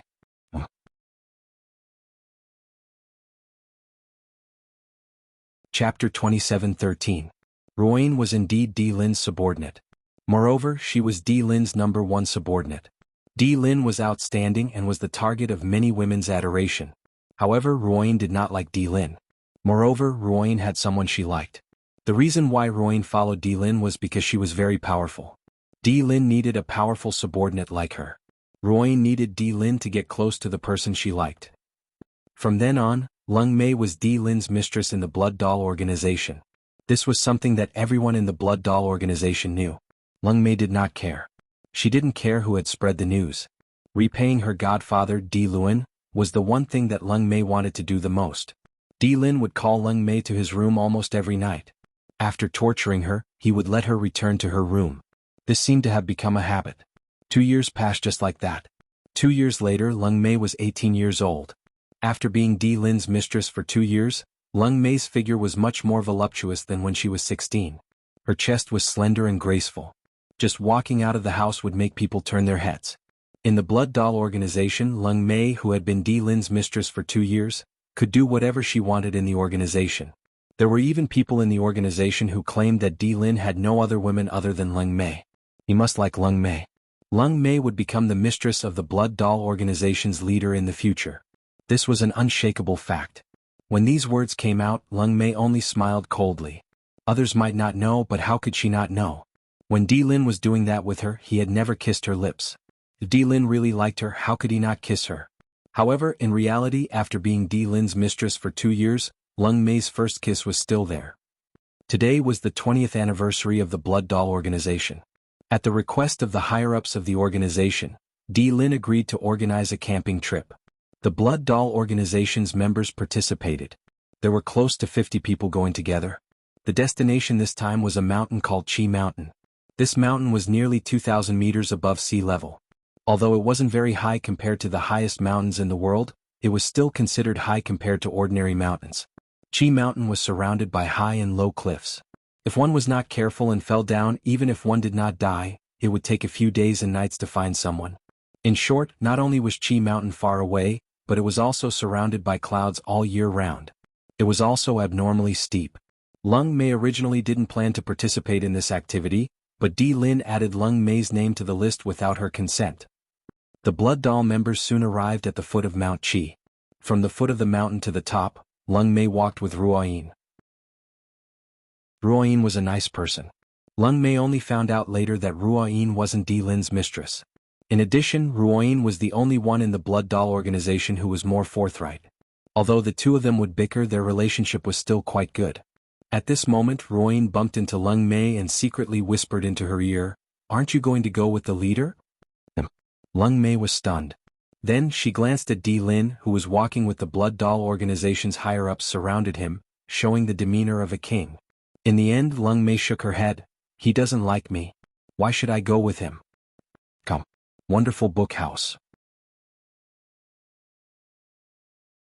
Chapter 27:14. Ruo Yin was the first to be unhappy with Leng Mei's words. "He doesn't like you?" Ruo Yin put her arm around Leng Mei's shoulder and said, Then tell me, do you like the leader?" Ruo Yin's question was asked secretly. When Leng Mei heard it, she was stunned. Coincidentally, Di Lin, who was walking in front, seemed to have heard Ruo Yin's question. He turned around and looked over. This glance caused Leng Mei to panic for no reason. "I don't like him," Leng Mei said without hesitation. Di Lin had already turned around. He looked behind Leng Mei and didn't look at her. He didn't hear what she said. "All right. Ruoyin wanted to tell Leng Mei that Di Lin definitely liked her. But after hearing Leng Mei's words, she instantly felt that even if she told Leng Mei that Di Lin liked her, Leng Mei wouldn't mind. Ruoyin, Leng Mei, what are you talking about down there? Hurry up and catch up. At this moment, a cute-looking young man standing beside Di Lin waved at Ruoyin and Leng Mei, laughing merrily. Talking about women's little secrets. Shoo shoo shoo, what would a guy like you know? Ruoyin retorted with a half-smile. When she said this, she had a smile on her face as if she was joking. But she still put her arm around Leng Mei's shoulder and followed with big strides. The peak of Mount Qi was quite cool. In this kind of hot weather, a place like Mount Qi was quite suitable for avoiding the heat. At night, a group of people set up their tents. They set up some charcoal fires at the peak of Mount Qi and started barbecuing. Although the Blood Doll was an assassin organization, it was an existence that ordinary people didn't dare to come into contact with. But the members of the Blood Doll were also normal people. Moreover, when the leader of the Blood Doll was still Di Lin, he was very friendly to his subordinates. Now that the Blood Doll was in Di Lin's hands, although he was much stricter than Di Lin, he didn't cancel some activities that the old leaders had always promised. For example, this time's hiking and camping activities. Barbecue. Ruoyin stood up and pulled Leng Mei, who was sitting in the tent, towards the barbecue area. Although Ruoyin was a powerful woman, she could still be an ordinary person at a time like this. Moreover, the old leader had always advocated the organization's activities so that the subordinates of the Blood Doll organization could live a normal life for a few days a year. I don't want to eat. Leng Mei held her stomach and rejected Ruoyin. She didn't want to see Di Lin. Then I'll get it for you later. Ruoyin could tell what Leng Mei was thinking at a glance. She didn't insist. 3 minutes later, Ruoyin grabbed a large plate of mutton skewers and walked towards Leng Mei while eating. I snatched it. Here, let's eat together. Ruoyin stuffed a large plate of mutton skewers into Leng Mei's arms. The two of them looked at the stars and moon in the sky, chatting as they ate. In the Blood Doll organization, Leng Mei and Ruoyin were on par with each other in terms of strength. They were both young but not weak. Therefore they had a common topic to talk about. He finished the last mutton skewer. Ruoyin took the plate of mutton skewers away. Ruoyin carried the mutton skewers to the barbecue area. You two women are so wasteful. You don't even eat the fatty meat. A man saw them and laughed at Ruoyin. I'm not the one who doesn't eat the fatty meat. These are all leftovers that Leng Mei doesn't want. Ruoyin pouted and retorted. Just as Ruoyin was about to throw away the rest of the mutton skewers, a large palm stopped her. The first thing she saw was indeed the leader's handsome face. Give it to me. Chapter 27:15. Almost all the meat on this plate of mutton skewers had been eaten. Only the fat on the mutton skewers had not been eaten. Di Lin suddenly stopped Ruoyin from throwing away the mutton skewers and said this. This shocked Ruoyin, and she immediately handed the mutton skewers in her hand to Di Lin. However, to everyone's surprise, Di Lin took the leftover mutton skewers from Leng Mei and ate the fat on the mutton skewers in a few bites. The subordinates of the Blood Doll organization as well as the higher-ups including Ruoyin, were all dumbfounded by what they saw. Leader, you? One of the Blood Doll subordinates saw this scene and exclaimed in shock. When my father was alive, he told you that no matter how rich you are, you must be frugal. Remember, don't let me see you wasting food again. After finishing the remaining fat on the mutton skewers from Leng Mei, Di Lin threw the toothpick on the ground, stood up and said this coldly. Di Lin was a tall and skinny man. In addition to his chiseled face, he had a fair complexion that women would be mesmerized by. However, when he said this, everyone was shocked. Oh. A male subordinate heard Di Lin's words and looked at Di Lin with a shocked expression. He nodded his head vigorously. Why did the chief suddenly cherish food so much this time? They still remembered that there was a time when they were scolded by their old leader for wasting a lot of food. Di Lin had stood up for them. Since when did the chief start to walk the old chief's old path? Cough cough. You hear that? Since you heard it, hurry up and do it. Lick all the fat off the mutton skewers you're eating. Wasting food, shame on you. The little boy who had been following Di Lin looked at the Blood Doll members with a serious expression and said suddenly. When Ruoyin heard the little boy's words, she suddenly remembered the leader's words. She covered her mouth and snickered secretly. However, she could not help but think in her heart. Sigh, if Leng Mei also liked the leader, that would be great. At night, 2 o'clock in the morning. Leng Mei was nestled in her tent, but she could not fall asleep for a long time. It had been 2 years and there were already 2 people by the chief's side. She had been his mistress for 2 years. When would he let her go? He retracted his hands slightly and hugged himself tightly. Lung Mei was the kind of person who could appear very lively and active in front of outsiders, but in fact she was very lonely in her heart. Thinking about this, Lung Mei was about to fall asleep. There were dozens of tents set up outside. At this time, most of the people were already asleep. However, just as Lung Mei was about to fall asleep, her tent was suddenly pulled open. Then the person who had unzipped her tent closed it, suddenly hugged her from behind and stroked her. Lung Mei didn't need to turn around to know that it was the leader, Di Lin. Lord Leader, this is. Lung Mei was stunned. Then he lowered his voice and hurriedly spoke. After being his mistress for 2 years, Lung Mei naturally knew what Di Lin wanted to do. But the moment Lung Mei finished speaking, Di Lin had already pulled off her pants and covered her mouth with his other hand. He took off her pants with one hand in 3 seconds. Surrounded by the tents set up by the Blood Doll members, she fell into a deep sleep. Then he directly entered her. Author has something to say. I have a new book in my space, Death God and Killer Reborn on campus. The novel will be released on July 11th. Everyone can go and take a look. A certain idiot author's QQ number is 2625702229. Also, if you want to read other side stories, be sure to add me on QQ and let me know. Because after the side story is over, this book will truly end. Chapter 27:16. At an altitude of more than 2,000 meters, there were tents all around. Blood Doll's underlings were all lying in the tents. Di Lin tormented Lung Mei in her tent for an hour. Lung Mei bit her red lips hard, not daring to breathe too loudly. Just like before, Di Lin stayed with Lung Mei for an hour and did it for an hour. After he was done, he pulled up his pants and left. Lung Mei did not sleep the entire night in her tent. Since returning from Mount Qi, Lung Mei had been Di Lin's mistress for a few years while everyone was aware of it. And in these few years, Lung Mei's personality had also undergone a tremendous change. Lung Mei's usual weapon had changed from a dagger to a whip. Her 1.7-meter tall figure, coupled with her voluptuous breasts and voluptuous buttocks, made her a hot steamed bun in the eyes of men. Lung Mei had initially thought that her relationship with the chief would stay there for the rest of her life. However, she had secretly inquired about a mission. The chief wanted to send a letter to the top secret agent on the international secret agent ranking, slaying God. Lung Mei had secretly accepted the mission on behalf of the chief. That could be said to be an act of suicide. However, she was not afraid. Moreover, it did not matter to Di Lin whether she would die or not. Therefore, Lung Mei had sneaked out of Blood Doll and went alone to look for Slaying God, the top secret agent on the international secret agent ranking. She was an exquisitely beautiful girl. The first time she had peeked at Yun Jian from the dark, Lung Mei had been subdued by Yun Jian's aura. Lung Mei threw smoke grenades around her. The moment she appeared, she even made a snake-like sound. Oh he. She had revealed Yun Jian's identity in front of Yun Jian and everyone else. However, she had not expected Yun Jian to turn her sharp gaze to her. She did not have to guess to know who she was. Blood Doll's top secret agent, Lung Mei? Lung Mei was shocked when her identity was revealed, but she did not show it on her face. She passed the letter to Yun Jian and wanted to sneak away with a smoke grenade. However, before she could run far, she was subdued by Yun Jian. He was then taken away by Jianghu and Guanyenji, who came later. In the beginning, Lung Mei was reluctant. Later, when she was at Jianghu and Guanyenji's house, they dragged her to play mahjong because they were bored. This rubbing is incredible. That period of time was simply the most comfortable period Lung Mei had ever lived. He didn't have to think about the leader, Di Lin, and spend his days playing mahjong. The most satisfying thing was playing mahjong. Lung Mei would definitely win. He would let Jianghu and Guanyenji cook and wash his clothes for him if he won a round. Lung Mei felt that she could be Yun Jian's captive forever. Lung Mei was shocked when she heard that the chief had given the Blood Doll organization to Yun Jian in order to find her.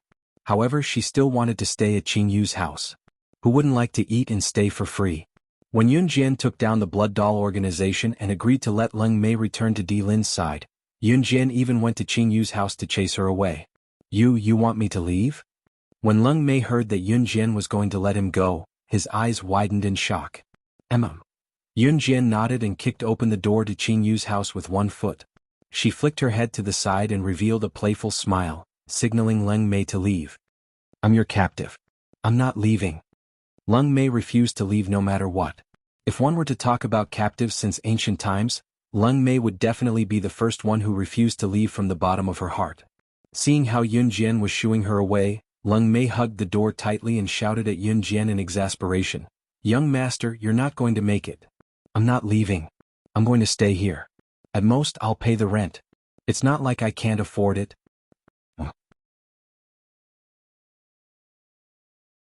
Chapter 27:17. Yun Jian was bored by Leng Mei's rascally attitude. Although Di Lin had agreed to hand Blood Doll to her, the deal was for Leng Mei. Since Leng Mei refused to leave, she would not force her.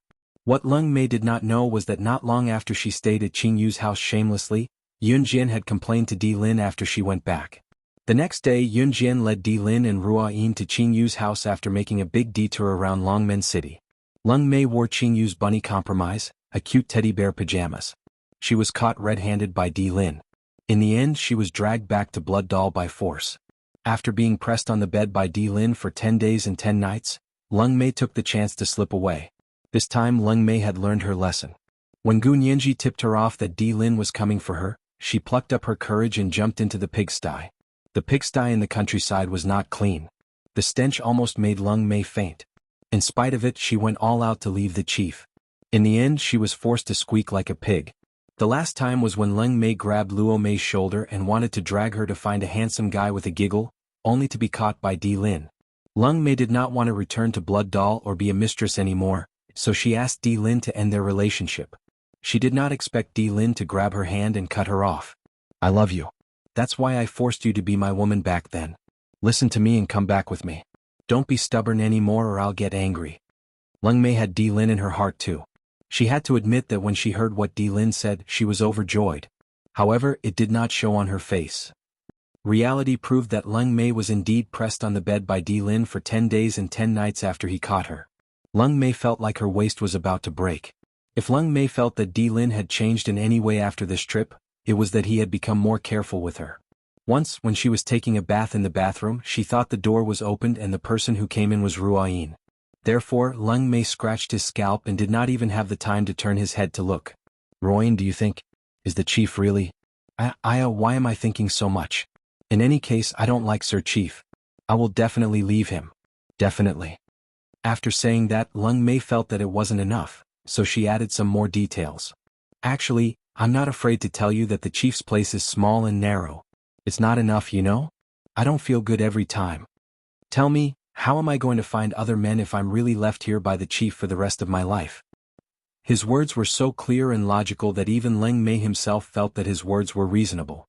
However, just as Leng Mei nodded and felt that what she said was very reasonable, she made up her mind to escape again. Behind Leng Mei, a voice that scared Leng Mei out of her wits suddenly rang out. "Short and thin? Are you sure?" This magnetic voice was just right for a man. There was no tenderness in his deep words. Leng Mei was so shocked that she immediately stood up from the bathtub. "Ah, Sir Chief. Why is it you?" Leng Mei was so shocked that her expression changed. However, Di Lin took a step forward and tore off his bathrobe. Just like that, he stepped into the bathtub that was not tall for him. He grabbed Leng Mei's slender waist and entered her directly. "Since you think that I'm small and narrow, how do you explain your expression of ecstasy?" Chapter 27:18. Translator, Endless Fantasy Translation Editor. Endless Fantasy Translation. A photo album. He's shameless, page 1/1. Caught off guard, Leng Mei pounced on Di Lin. Her lips couldn't help but let out 2 moans. These 2 moans were so soft that even Leng Mei herself didn't believe it was her own voice. However, the truth was that Di Lin was not indecent and Leng Mei enjoyed it. However, Leng Mei would never admit it even if she was beaten to death. Until one day Leng Mei sat on her bed. Di Lin walked in from outside. Di Lin didn't say anything. He just dragged her out. In the Blood Doll Organization's hall. When Leng Mei walked into the Blood Doll Organization's hall, she saw countless members of the organization's upper echelons. At that moment, the Blood Doll Organization's upper echelons were staring at Leng Mei as if they were looking at an unpardonable criminal. Leng Mei was bewildered by their gaze, not knowing what had happened. "Leader, did you really hand the Blood Doll Organization over to slaying God for this woman?" One of the Blood Doll Organization's upper echelons glared at Leng Mei with his round eyes and asked, "Even if you usually dote on her, you shouldn't do that. Our Blood Doll Organization was developed step by step by the old leader to where it is today. How can we just, for a woman?" Among the Blood Doll organization's upper echelons, another one spoke up after the first one. They were all complaining about how Di Lin doted on Lung Mei. Everyone had seen how he doted on her in the past. It was not a big deal, so they let it go. However, this time, Di Lin had even handed the Blood Doll organization over to Slaying God, the #1 secret agent on the international secret agent chart, for Lung Mei. However, Di Lin heard all the insults directed at Lung Mei from his subordinates, but he did not say a word. Lung Mei looked at Di Lin and then at herself, puzzled. What did he mean? Did he want her to listen to the Blood Doll organization's upper echelon's prejudice against her? He wanted her to understand how stupid it was for her to steal the envelope that he wanted to send to Slaying God personally and send it to her without his permission. Lung Mei took a step back. It's my fault, Lung Mei. Cough. I'll take responsibility for what I did. From today onwards, I will withdraw from the Blood Doll organization. I will never harm you again. Lung Mei wanted to shake off Di Lin's hand, but she couldn't. She grabbed her hair coolly and said to the Blood Doll's higher-ups, she will leave the Blood Doll organization. When everyone thought Di Lin wouldn't agree, Di Lin suddenly said. After he finished speaking, Lung Mei was also suddenly stunned, and then his heart turned cold. So, he also wants me to leave the Blood Doll organization? If that was the case, then because in 2 months she will marry me as the wife of the leader of the Blood Dolls. While everyone was confused, Di Lin suddenly pulled Lung Mei into his arms and declared his sovereignty in front of everyone in the Blood Doll organization. Lung Mei stayed in her room and had yet to recover.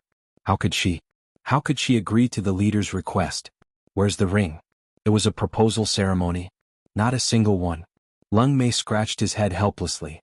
At this moment, Di Lin walked into the room. At the same time, he was holding a rectangular object in his hand. At first glance, Lung Mei thought it was a marriage proposal from Di Lin.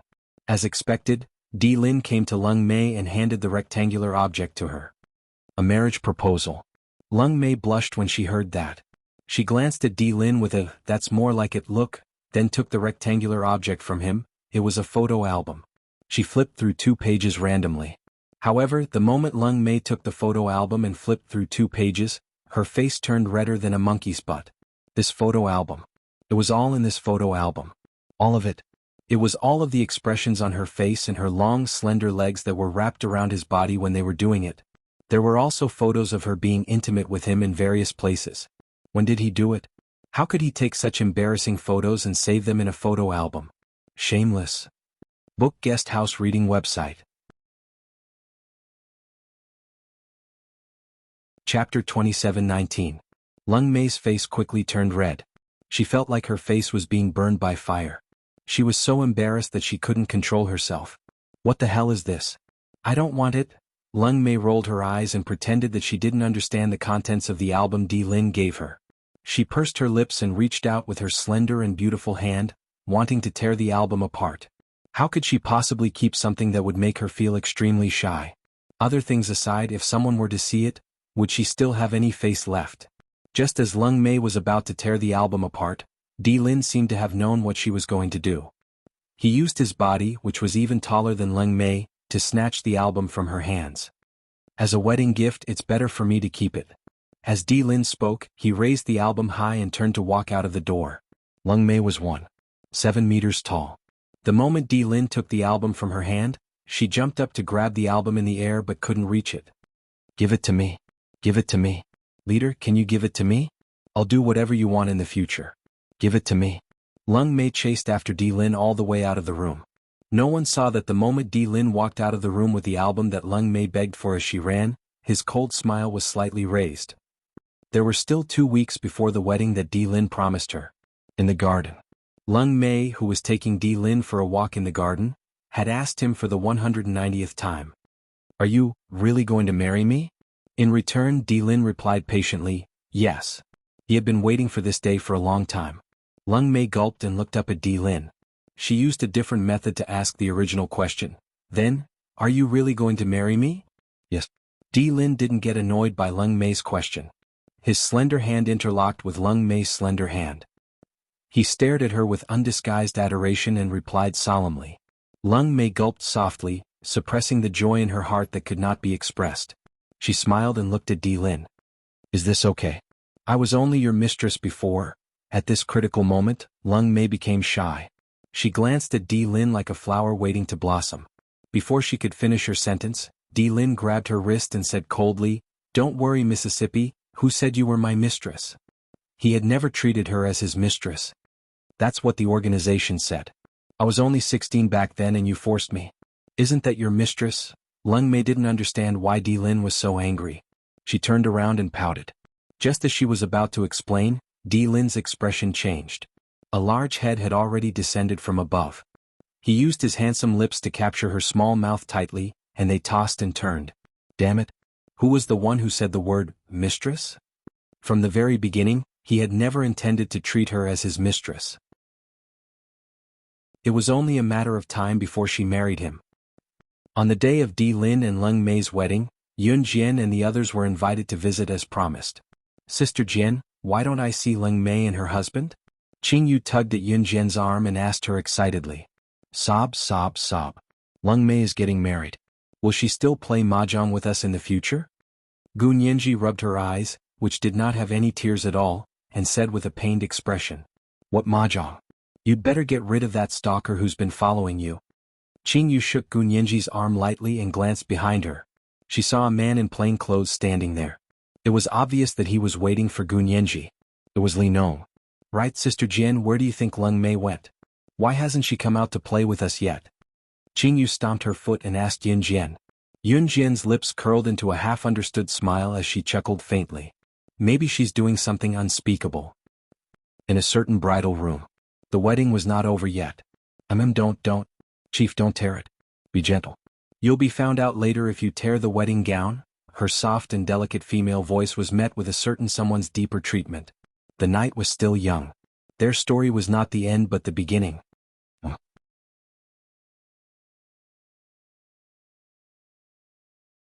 Chapter 27:20.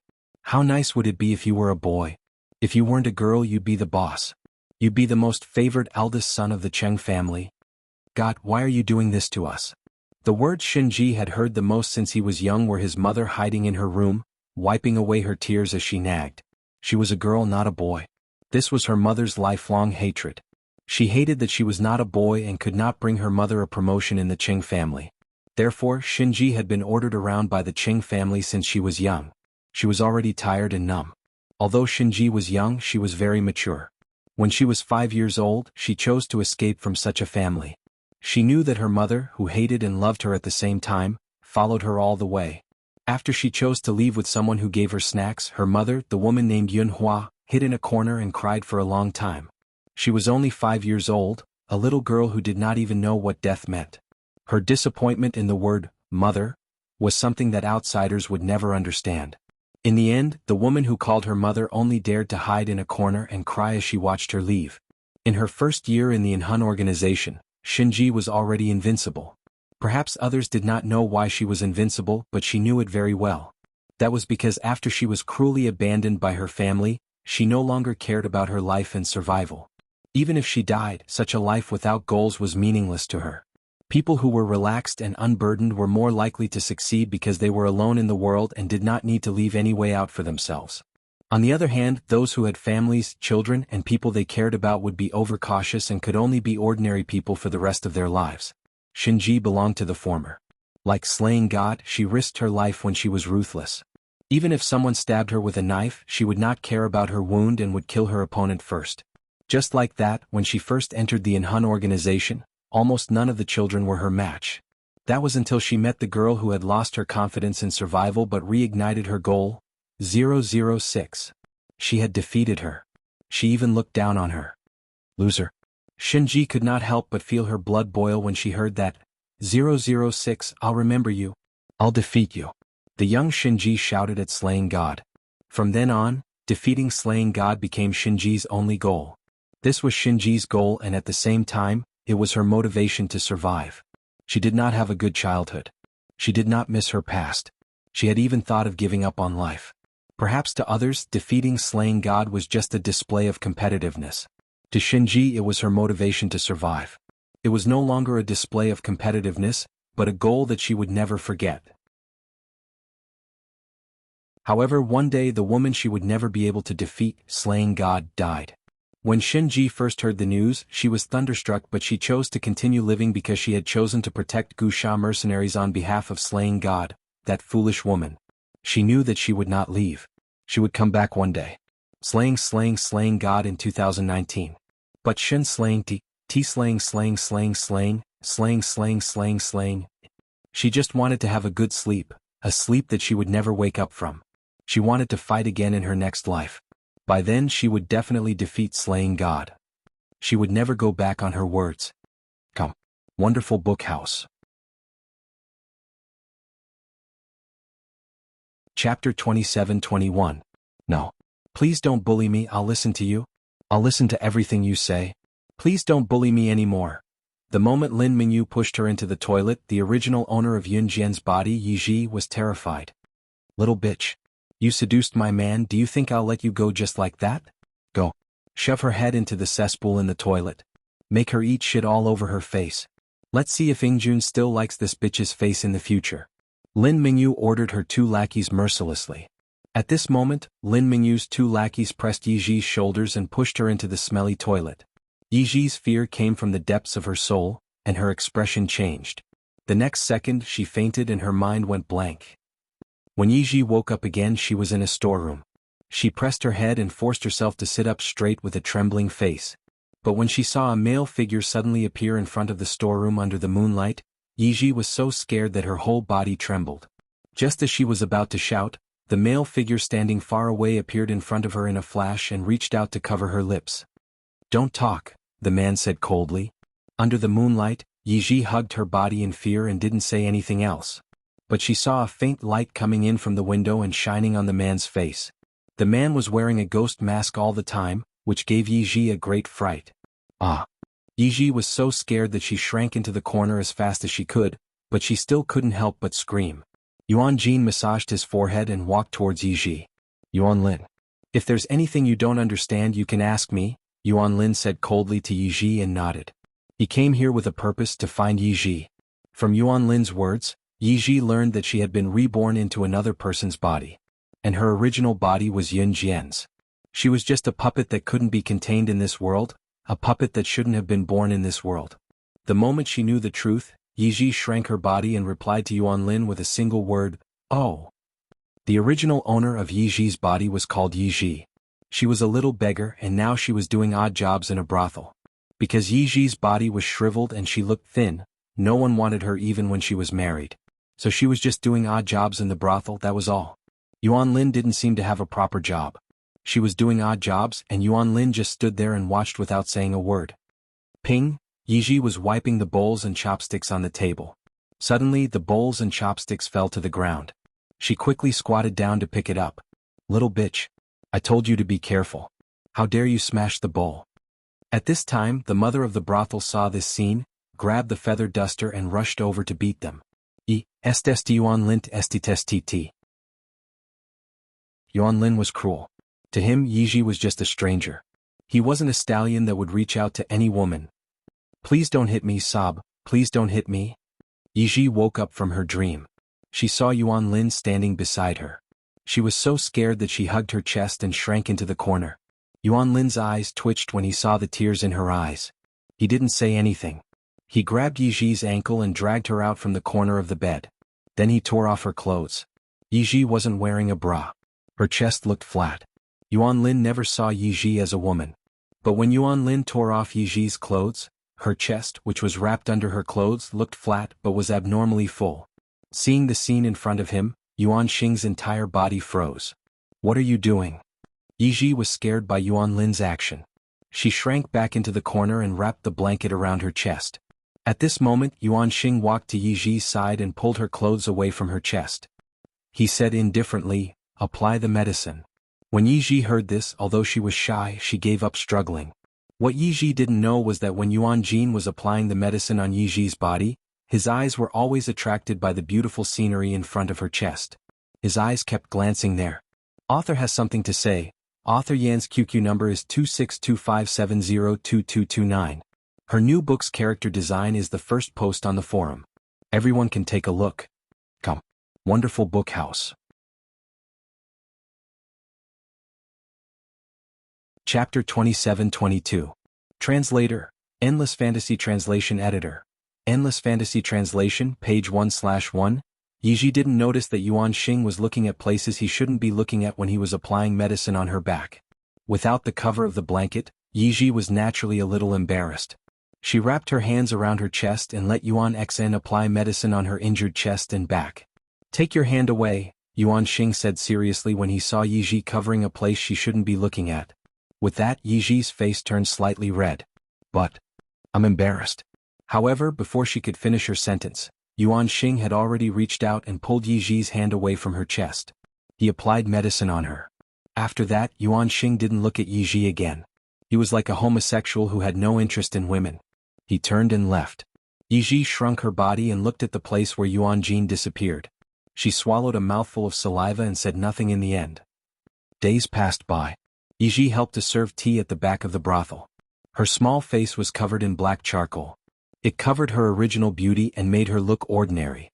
On top of that, she had a small and shriveled body. Therefore, in the brothel, even though Yiji was a woman, none of the customers liked her. They would even take a detour when they saw Yiji. However, Yiji was very hardworking. Although she was often beaten by the mamas in the brothel, they didn't hit her anymore. Yuan Xing. Yuan Xing. On this day, Yeji rushed into her room with a letter in her hand. Her life in the brothel was getting better and better with her own skills. Mama Mulberry also liked her more and more because of her diligence and her ability to work as hard as 3 people. He's not here. Yiji looked around and didn't see Yuan Xing. She put down the letter in her hand. She sounded disappointed. "Looking for me?" Just as Yiji was disappointed, a man's voice came from behind her. "Yuan Xing. Yuan Xing.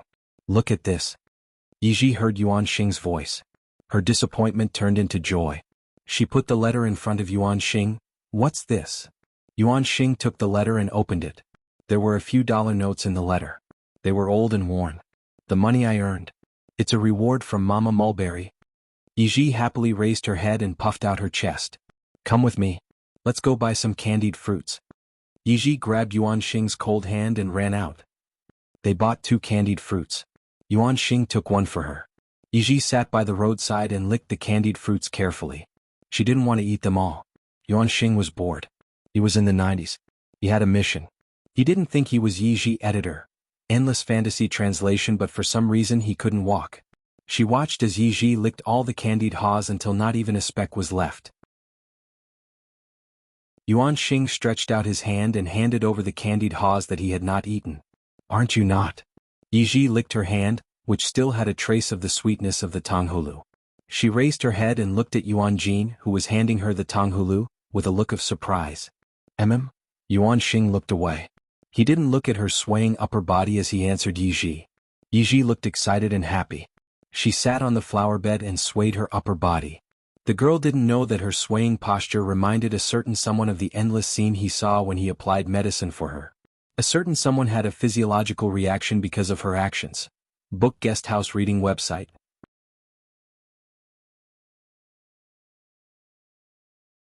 Chapter 27-23. Although Yiji was timid, it was the kind of fear that came from the depths of her soul. However, being timid didn't mean that Yiji was stupid. On the contrary, Yiji was quite smart. When she was reborn into this little beggar's body, although she had an unforgettable fear of people, Yiji understood that in a place like a brothel, a girl had to disguise herself if she wanted to leave with a clean record. Therefore, she didn't hesitate to make herself look dirty every day. She smeared her face until it was as black as charcoal and her entire body looked like it had rolled in a smelly ditch. People would smell her from afar and wouldn't want to get close to her. However, no matter how smart Yiji was, she couldn't tell that Yuan Xing had a physiological reaction to her. After licking the candied hawthorn in her hand, Yiji walked back with Yuan Xing side by side. Halfway through, Yiji touched her dirty face and turned her head to look at Yuan Xing with a smile. "Yuan Xing, I'm saving money now. When I have enough money, can I go home?" The home she was referring to was the home with Qin Yiru and Yun Yi. Although Yiji already knew from Yuan Xing that she was a puppet that the heavens and earth couldn't tolerate, a soul that didn't belong to this world, she had to endure hardships. As long as she went back, her mother and brother wouldn't mind having an extra mouth to feed. Moreover, she could have an elder sister, the original owner of her body, Yun Jian. "Okay," Yuan Xing responded. Yuan Xing didn't know that his response made Yiji work harder in the brothel. However, the good times didn't last long. The brothel was closed down and the brothel owner's expenses were reduced to zero. Therefore he sold Yiji to Sister Lu, who worked in the entertainment industry. This time, the bitter days of the past reappeared. Sister Lu arranged for Yiji to stay at the bottom of the stairs, a place that couldn't even be compared to a small attic. She made Yiji follow the crew every day and act as a logistics support, moving heavy props around. Sometimes, when she wasn't satisfied, she would be beaten by Sister Lu. Yuanxing didn't stop Sister Lu from hitting her once. Instead, he followed Yiji and only stood to the side and watched when Yiji was bullied. When Yiji was covered in wounds, he would apply medicine for her. To Yuanjin, Yiji was an insignificant person. This was one of the reasons why Yuanjin could only watch and not do anything. The second reason was that the mysterious man was still secretly searching for him, so he couldn't expose his whereabouts. After Xing Feng was captured, Xing Feng entrusted all the hopes of changing the future to Yuanxing. If Yuanxing went to find Yunjian now, he would be discovered by the mysterious man. Besides, the time wasn't right. He couldn't ruin all his plans just because of a woman who didn't mean anything to him, Yiji. Moreover, Yiji had never complained about it. On the contrary, when Yiji was bullied, the first person she thought of was him. She would complain to him about the injustices she had encountered. No matter what happened, she would immediately complain to him. But just when Yuanxing thought that Yiji would always treat him as the first person in her life to talk to, the first person she cared about, one day Yiji met Yunjian. Not only did Yunjian tell Yiji that she was under her protection, she even helped Yiji hit the top actress in front of everyone. This made Yiji's heart pound like a little deer. As usual, when Yuanxing came to Yiji's bedroom that day, he saw Yiji staring at a corner and smiling foolishly. In the past, at this time, Yiji would have already complained to him or told him what she had always wanted to say. But today, what are you smiling about? Yuanxing couldn't help but interrupt Yiji's smile. But she asked him if he was looking for her to send a letter to Yunjian. Of course, Yuanxing denied it. Who would have thought that Yiji would say something that would cause Yuanjin's heart to choke? Then you don't have to look for me in the future. I have friends. She was chasing him away. This was the first time she said something like that to him.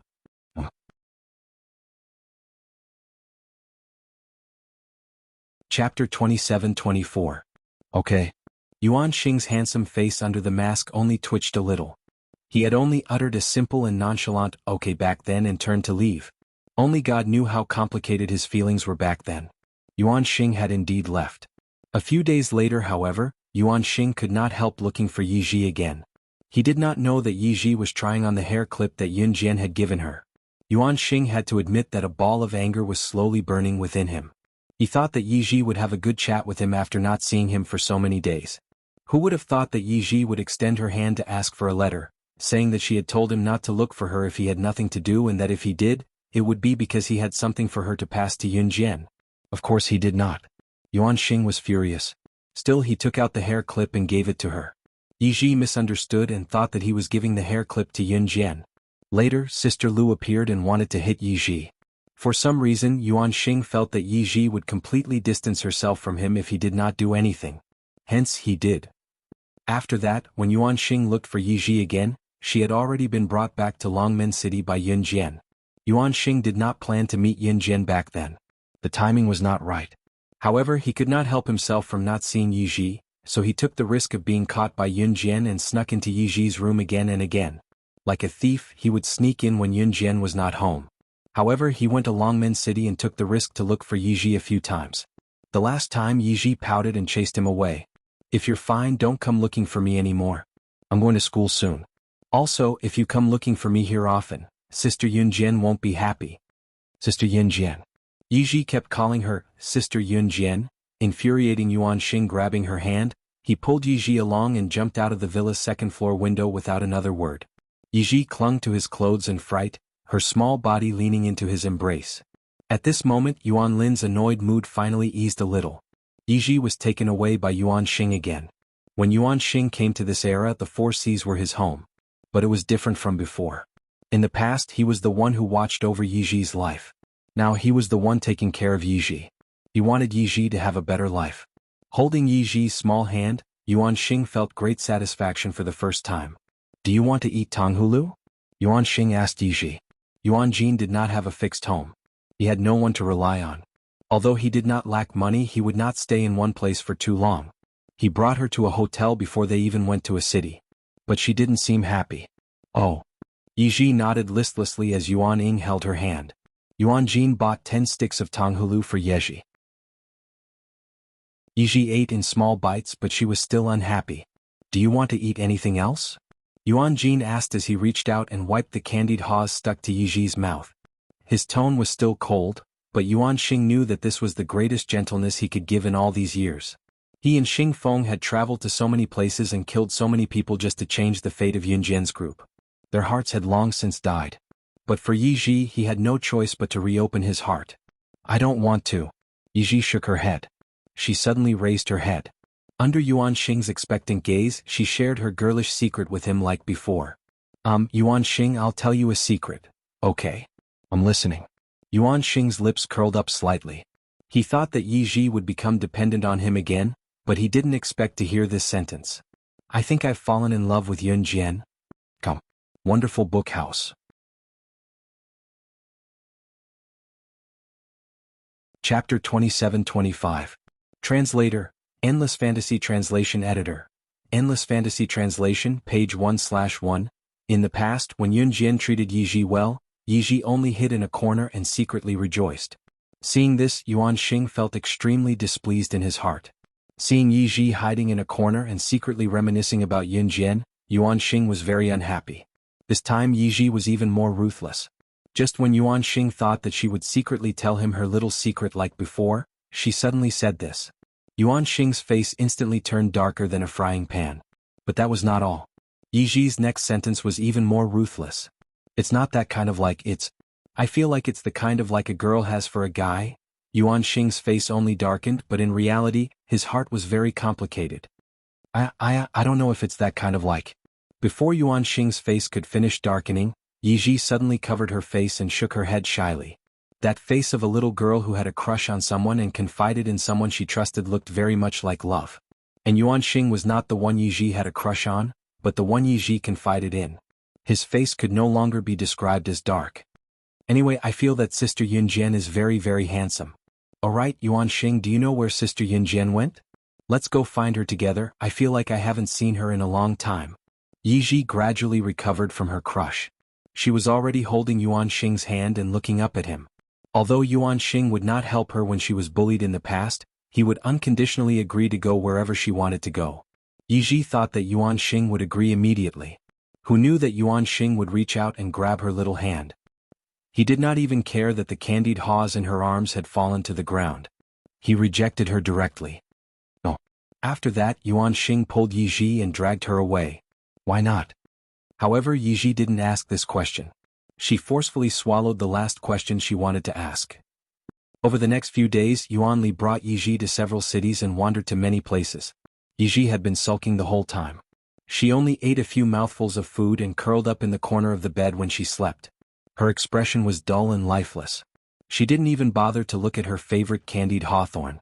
People who had family in their hearts, no matter how far away they were from home, no matter how much they wanted to leave home in their childhood, once they left, they would want to fly back to their parents' side. Yi was just like that. In less than 2 months, Yuan Xing could not bear to send Yi back to Longmen City. Yi happily returned home and went back to school. At first, Yuan Xing really left alone. Later on, Yuan Xing would think of Yi every night, so he decided to stay by her side. Yi, who had returned to school, was very afraid of her classmates. It was a kind of fear that came from the depths of the soul. A puppet that shouldn't exist in this world couldn't control when facing a human. But it was different from the past. Yi worked very hard in school to make herself brave. Just like what Yun Jian had said, she was a human, a version of herself with a physical body. In spite of that, bullying of the weak still happened in school. There was once when Yi covered her ears and was dragged to the corner of the school by 5 to 6 girls.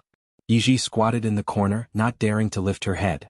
Just as the 5 or 6 girls were about to beat Yi up, a sudden gust of wind blew in all directions. In that gust of wind, there were also countless small stones, all of which smashed onto the bodies of the 5 or 6 girls, frightening them to the point that they did not dare to make a move against Yi. Since then, whenever anyone dared to bully Yi in school, a supernatural phenomenon would occur. This surprised Yi, but she did not think much of it. In fact, it was all done by Yuan Xing, who had been hiding in the corner and observing her every move. Risking being caught by Yun Jian, Yuan Xing thought he was crazy. He did not even bat an eyelid when anyone bullied Yi Ji in the past. Now he wished he could skin whoever dared to bully Yi Ji. Translator, Henyi Translations Editor, Henyi Translations.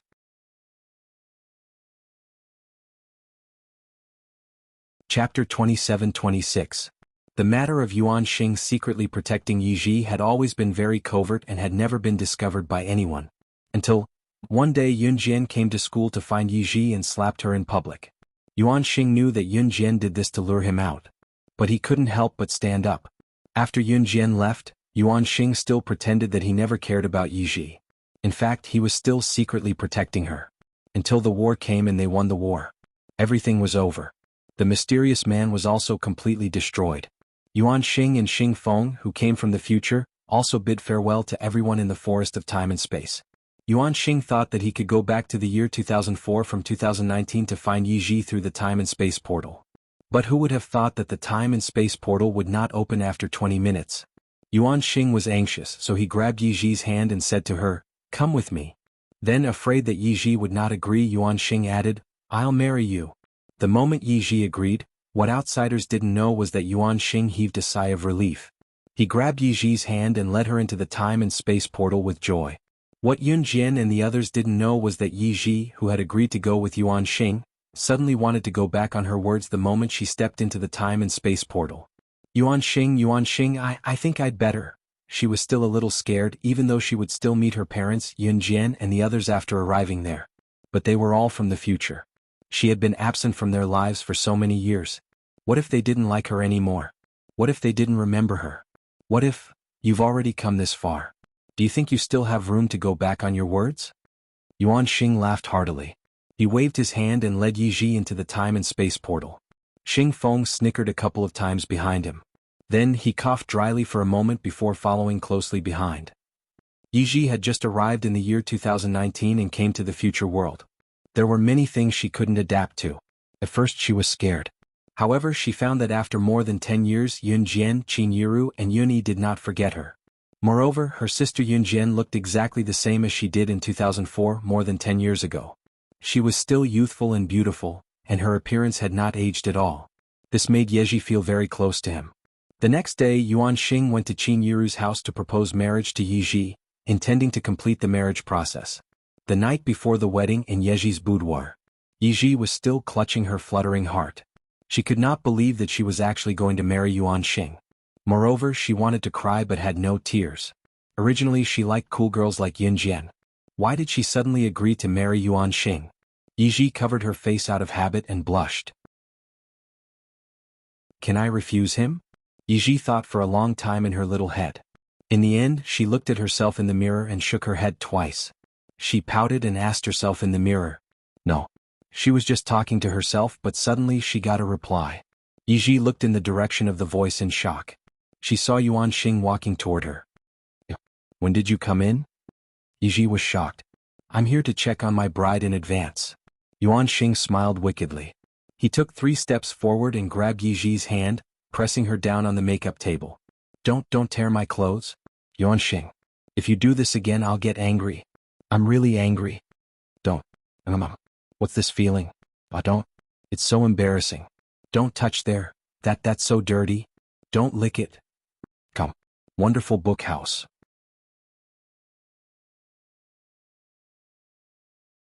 Chapter 27-27. The little girl Si Yuan, the little guy Si Luo, and Zhou Yiran grew up together. Because the 3 of them were born early and were about the same age. When the 4 leaders of the Inhun organization except for Adam were born, the little girl, the little guy, and Zhou Yiran were already free to do whatever they wanted. Perhaps it was because Yun Jian had been to the future world and saw Si Yuan being bullied, so Si Yuan was asked by Yun Jian to train together since she was young. Although she didn't ask too much, she suffered a lot. Zhou Yiran and the little guy Si Luo were thrown into the Amazon forest by Si. They were accompanied by venomous snakes and fierce beasts day and night. Although the 3 of them grew up together, Zhou Yiran and Si Luo obviously spent more time together than Si Yuan. The 3 of them did grow up together, but after the age of 7, Si Yuan could only see Zhou Yiran and her brother Si Luo for 3 months in a year. This was naturally because Zhou Yiran and Si Luo were thrown into the Amazon forest for the rest of the 9 months. When Si Yuan was 14, she was already as curvy as Yun Jian. Because she defeated the mysterious man and changed the future history, Si Yuan had always been under the protection of her parents. This year, Si Yuan, who had just finished junior high school, went home with a small school bag. She hadn't seen Zhou Yiran and Si Luo for 5 months. She walked out of the school gate with 2 ponytails swaying. As soon as she walked out of the school gate, she saw her brother Si Luo and Zhou Yiran. Si Luo's appearance was very similar to Si Yi's. There was a trace of elegance in his handsomeness that made everything in the world lose their color. But compared to Si Yi, Si Luo's appearance was a bit wilder. The 14-year-old Si Luo was already 1.75 meters tall. Zhou Yiran, who was 3 or 4 years older than Si Yuan and Si Luo, was already 1.82 meters tall. Both of them were extraordinarily handsome. Just by standing there, they could attract the admiration of countless women. When Si Yuan walked out of the school gate, she was still holding a pink envelope in her hand. When she saw the two of them, she hid the envelope behind her back and ran over. Brother Yiran. Si Yuan called out sweetly. Yo, what did our little Si Yuan hide? Si Luo suddenly took the envelope from behind Si Yuan with a smirk. Brother. Return it to me, return it to me. Si Yuan blushed when Si Lan snatched the envelope away. She used the method that Yun Jian had taught her to snatch the envelope away from Si Lan. Ordinary people would not be able to withstand this self-defense technique, but it was nothing to Si Wen. Si Dan turned sideways and opened the envelope. With a smirk, he read out the words on the envelope. Student Zhu Ziho, your handsome silhouette has already reflected my heart. I adore you. Ever since you, that whatever, started cleaning up for me, I've adored you. Can I ask you to date me? Ha. Si Yuan, you even have a crush on someone and write a love letter. Haha, I'm dying of laughter. Sly laughed as he held the letter high in the air. Give it back to me. Give it back to me. Si Yuan was furious.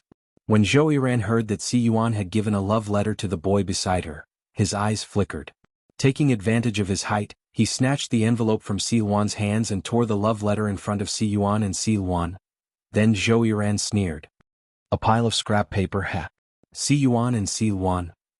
It had been 2 weeks since Si Yuan and Zhou Yiran returned.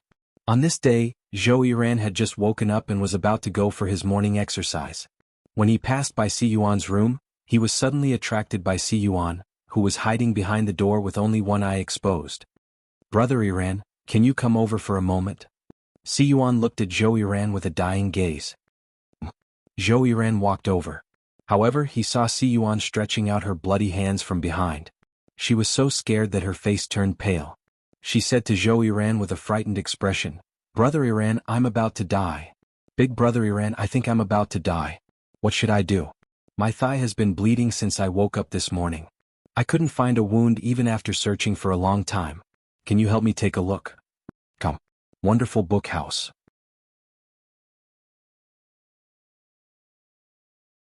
Chapter 27-28. Si Yuan was curled up in her room, only half of her body sticking out. She frowned, her little face red and flustered. She had been bleeding for an hour. If she continued to bleed, she would die soon. Seeing that Zhou Yiran, who was standing in front of her, was stunned after hearing her words and was not in a hurry to reply to her, Si Yuan lowered her little face. Her face was already pale from fright. Forget it, big brother Yiran, you don't have to look anymore. I must have contracted some incurable disease. Help me call big brother, mommy and daddy over. Before I die, I want to tell them personally that I love them. As Si Yuan spoke, her tears were about to fall. This scene made Zhou Yiran's heart soften. In the next second, Zhou Yiran stepped forward and reached out to touch Si Yuan's head. Unlike his usual indifference in front of Si Yuan, he smiled and rubbed Si Yuan's head. Silly girl, you won't die. When Yun Jian was alone in Si Yuan's room, she explained the reason for the bleeding before changing Si Yuan's bread. Si Yuan was curled up in her bedroom blanket, burying her head and body in the blanket.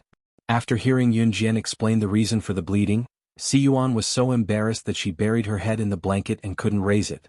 She actually asked Zhou Yiran to check her wound just now. It was such a hidden place.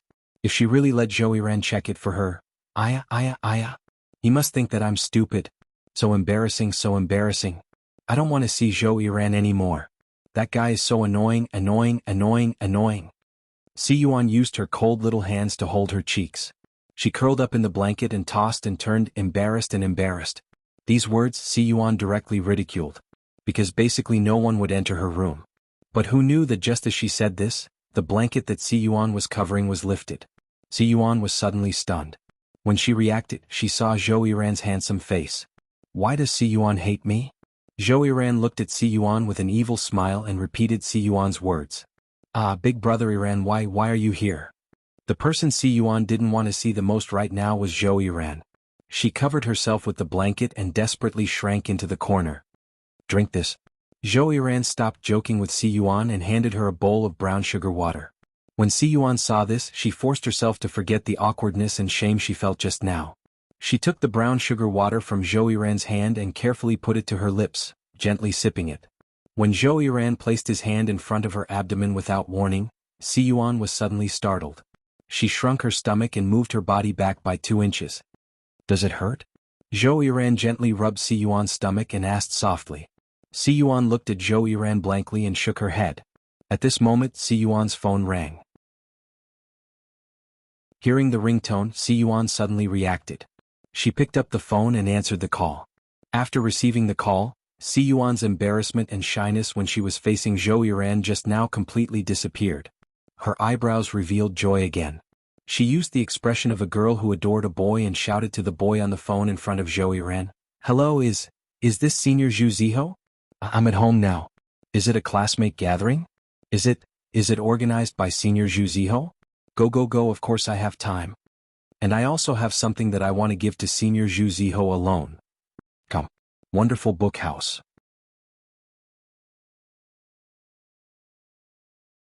Chapter 27-29. If it was said that when Si Yuan was talking to Zhou Yiran just now, she had an extremely embarrassed look on her face. At this moment, Si Yuan's expression was bashful, as if she was afraid that she would say something wrong and provoke the other senior's dissatisfaction. Si Yuan had never shown such a girly expression in front of him before. Senior Zhu Ziho? Zhou Yiran's face gradually darkened under Si Yuan's unconscious state. He remembered that this was the person who asked his Yuan to write a love letter to? He had only left for 9 months. She already had someone else she liked so quickly? Si Yuan was still speaking shyly to the senior on the other end of the phone. At this moment, Zhou Yiran snatched the phone that Si Yuan was still talking to. His face was indifferent the entire time. He used an indifferent tone to speak to the senior who was still talking to Si Yuan. Is this Yuan senior? Your call seriously affected my fun with Yuan. In the future, don't call Yuan when I'm in bed with Yuan. Zhou Yiran said this string of lies without blushing or skipping a beat. As soon as he finished speaking, Zhou Yiran hung up the phone without even giving the other senior time to reply. He blacklisted the other senior's number with one hand and threw Si Yuan's phone on the dressing table in the distance. Si Yuan took a long time to react. She was stunned. When she realized what Zhou Yiran had said and done, her face instantly turned pale. She looked at Zhou Yiran and called out his name. Zhou Yiran, what are you doing? You're unreasonable. I don't want to see you anymore. Get out of my room. Immediately. Si Yuan was so angry that her eyes were wet. She pointed at the door and said angrily to Zhou Yiran.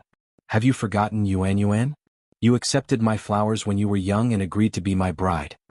Zhou Yiran smiled wickedly and walked toward Si Yuan. Zhou Yiran's wickedness combined with his handsome features gave people a terrifying feeling no matter how they looked at it. Si Yuan grabbed the blanket and pursed her lips. After hearing Zhou Yiran's words, she turned her head to the side and acted shamelessly.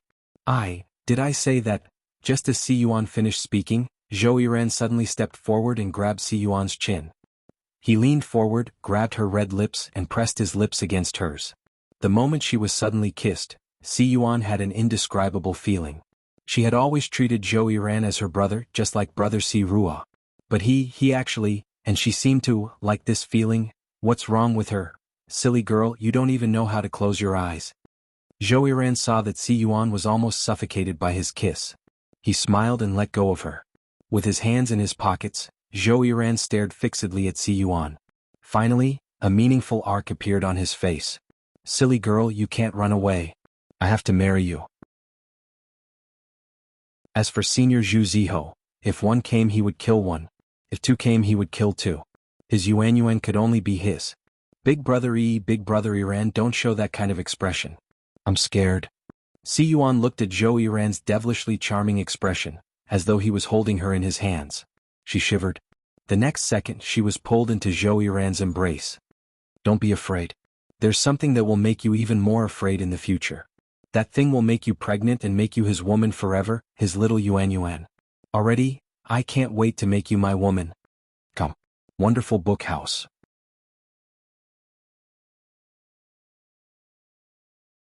Chapter 2730. In another time and space.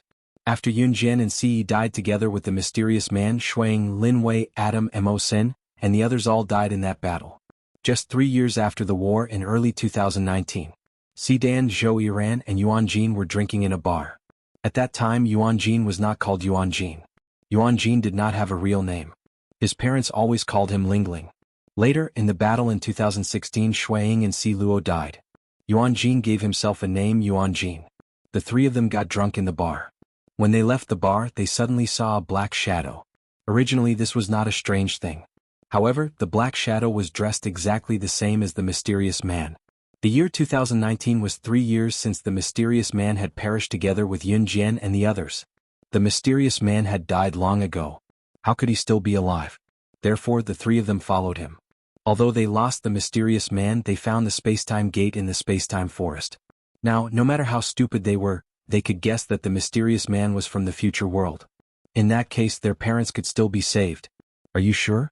If we go back to the past to change history and fail, even we will die, not to mention Yuan Jin said to Si Dan. This discovery might be able to change history, but they only had one chance. If they failed, not only would they not be able to save the people they lost, but they might even die. It's been 3 years. Are you happy? Si Dan only said this sentence. After that, the three of them fell silent. Zhou Yiran, I leave Yuan to you. Yuan Jin and I will go back. If we die, you must protect Yuan. Otherwise, I will not let you go even if I become a ghost. Si Dan said seriously to Zhou Yiran. This year, Si Dan, Zhou Yiran and Yuan Jin were all in their 20s. I promise with my life. Zhou Yiran said firmly. After making the decision, Si Dan and Yuan Jin walked into the space-time gate. The two of them could not bear the impact of the gate. Fortunately, they still had the spiritual power taught by Yun Jian and Si Yi, so they did not die. However, when they exited the space-time gate, Si Dan and Yuan Xing were separated. Si Shan was directly smashed out of the space-time gate, falling from a height of 1,000 meters and landing in an unknown place on an unknown continent. Unable to withstand the strong impact, he finally closed his eyes and fainted. It was unknown how long he had been unconscious for. There seemed to be a female singing voice in his mind. The voice was like the chirping of an oriole, giving people a fresh and refined feeling. The voice was very pleasant to listen to. It was a 16 or 17-year-old girl who was passing by. When the young girl saw Si Ming lying in the stream, she was so scared that she hurried over and wanted to help Si Ming up. What happened to you? Are you okay? But Sven had already fainted. The young girl gritted her teeth and finally went to call for help. When Siwon woke up, he saw the girl trying to wipe the sweat off his body.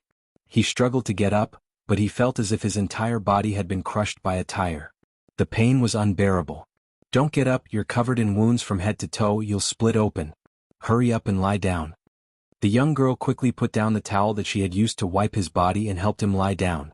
Seeing this, Siwon's deep eyes glanced at the girl. He asked, "You are?" "My name is Kai Tang, I'm from this village. When I saw you lying on the ground, I was worried that something would happen to you, so I brought you back in a hurry. Just now, I've already asked an immortal cultivator with medical skills to treat your injuries. He said that you'll recover after a day of rest.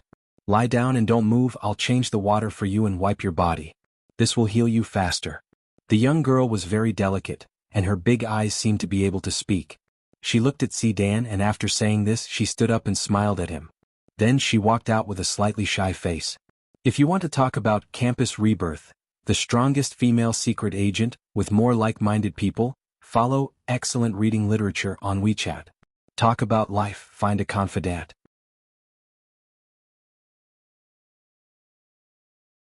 Chapter 2731.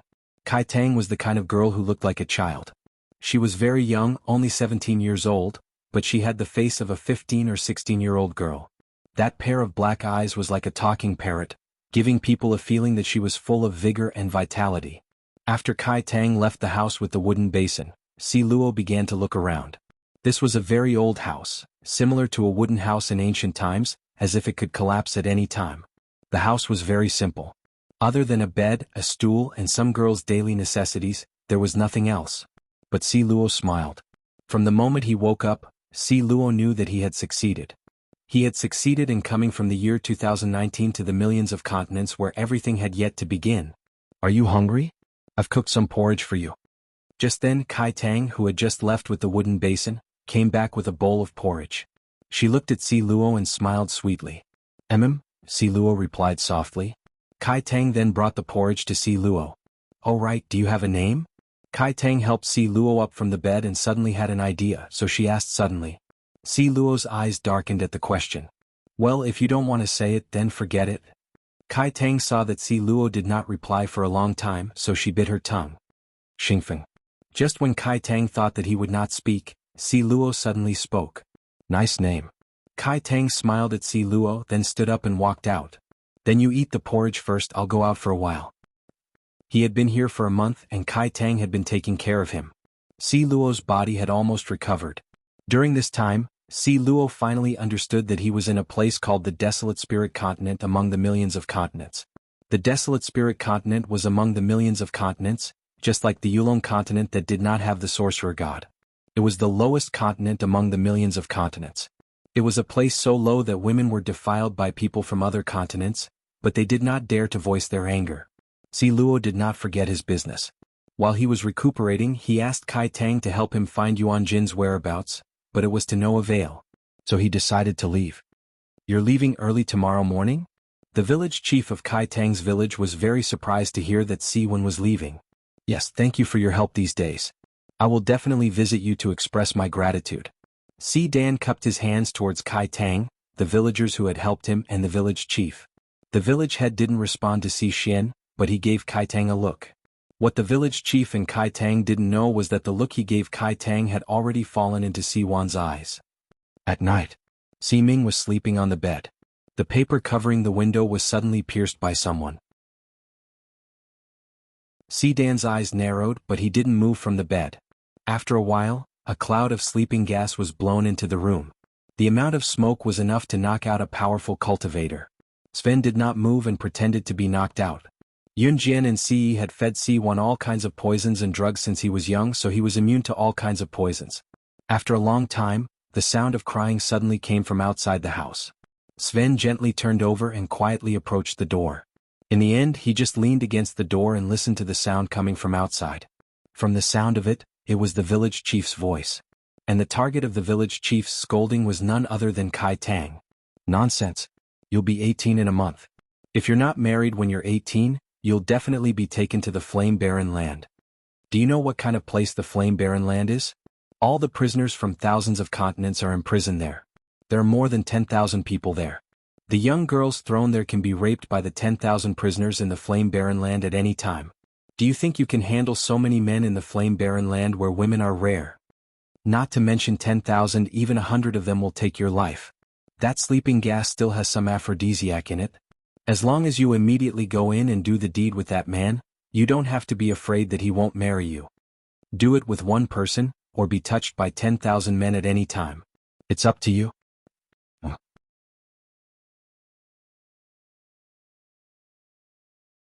Chapter 2732. Translator. Endless Fantasy Translation Editor. Endless Fantasy Translation. Kai Tang exclaimed, "Why are you here?" Page 1/1. Although the village chief's words were sharp, they were also heavy. The village chief did not want Kai Tang to do such a thing. Kai Tang was just an ordinary village girl. However, she did not have a choice in this matter. After criticizing Kai Tang with a harsh tone, the village chief regretted it immediately. Sigh. The village head sighed heavily. He looked at Kai Tang, who had already burst into tears in front of him, and pressed his forehead. The Desolate Spirit Continent was the lowest level continent among the thousands of continents. It was so low that the experts from other continents could slander it as they wished. In this world where strength was respected, regardless of gender, as long as one had strength, anyone could be a king. Because this village in the Desolate Spirit Continent was small and weak, there was an unwritten rule since the beginning of the continent. Any girl in this village who was still a virgin at the age of 18 would be captured and sent to a place where prisoners from thousands of continents were locked up, the Land of Flame. They would become the playthings of tens of thousands of men in the Land of Flame. To put it bluntly, they were like military prostitutes. However, in this village, because there had never been an expert who could protect the village, such an unfair and ridiculous rule was forced to be set since the beginning of the continent. Kai Tang was about to turn 18. She had to find a man, get married and lose her virginity before she turned 18. Suddenly, the manager of the Land of Flame would send an old woman to check if Kai Tang was still a virgin at the age of 18 and if she was already married. Because of such a system, the people in this village were not willing to have daughters. Even if they had daughters, some would use their connections to send them far away. The men in this village were too weak. In this world where the strong were respected, they were often killed because they could not defeat the other party. Therefore, in Kai Tang's village there were almost no men of Kai Tang's age. Even if there were, they would have already married. At first, it was a coincidence that Kai Tang saved Si Rui. However, it was less than a month before Kai Tang turned 18. If they still could not find her, Kai Tang would really be sent to the Land of Flame. The village chief had no choice but to do this. "Village chief, I really can't, please let him go, I will think of a way, I will definitely think of a way when the time comes." Standing in front of the village chief, Kai Tang's small face revealed endless pain. She pleaded with the village chief, her face pale. "Ah, forget it. Little girl Kai Tang, don't regret it." The village chief sighed fiercely, flicked his sleeves and turned to leave. Under the moonlight, through the paper window, Siwon saw Kai Tang wiping away her tears, patting her pink and tender cheeks, grabbing the flesh around her mouth, forcing a smile, and then turning around and running away. Si Ming stood inside the cabin and looked around. A few seconds later, he left the cabin and followed Kai Tang's footsteps without being discovered. She saw Kai Tang come to the side of a stream. She squatted down and the forced smile just now disappeared. Her tears suddenly gushed out like water. She squatted down and cried loudly. It was very quiet here and there was no one around. Si Ming was about to leave. Who knew that Kai Tang suddenly tripped on a stone and fell into the stream? Si Rui instinctively appeared and stretched out a hand to wrap around Kai Tang's slender waist. The sudden appearance of Si Rui scared Kai Tang. She looked at Si Rui in panic and exclaimed, "Xingfeng Yu, why are you here?" Book Guest House Reading Website.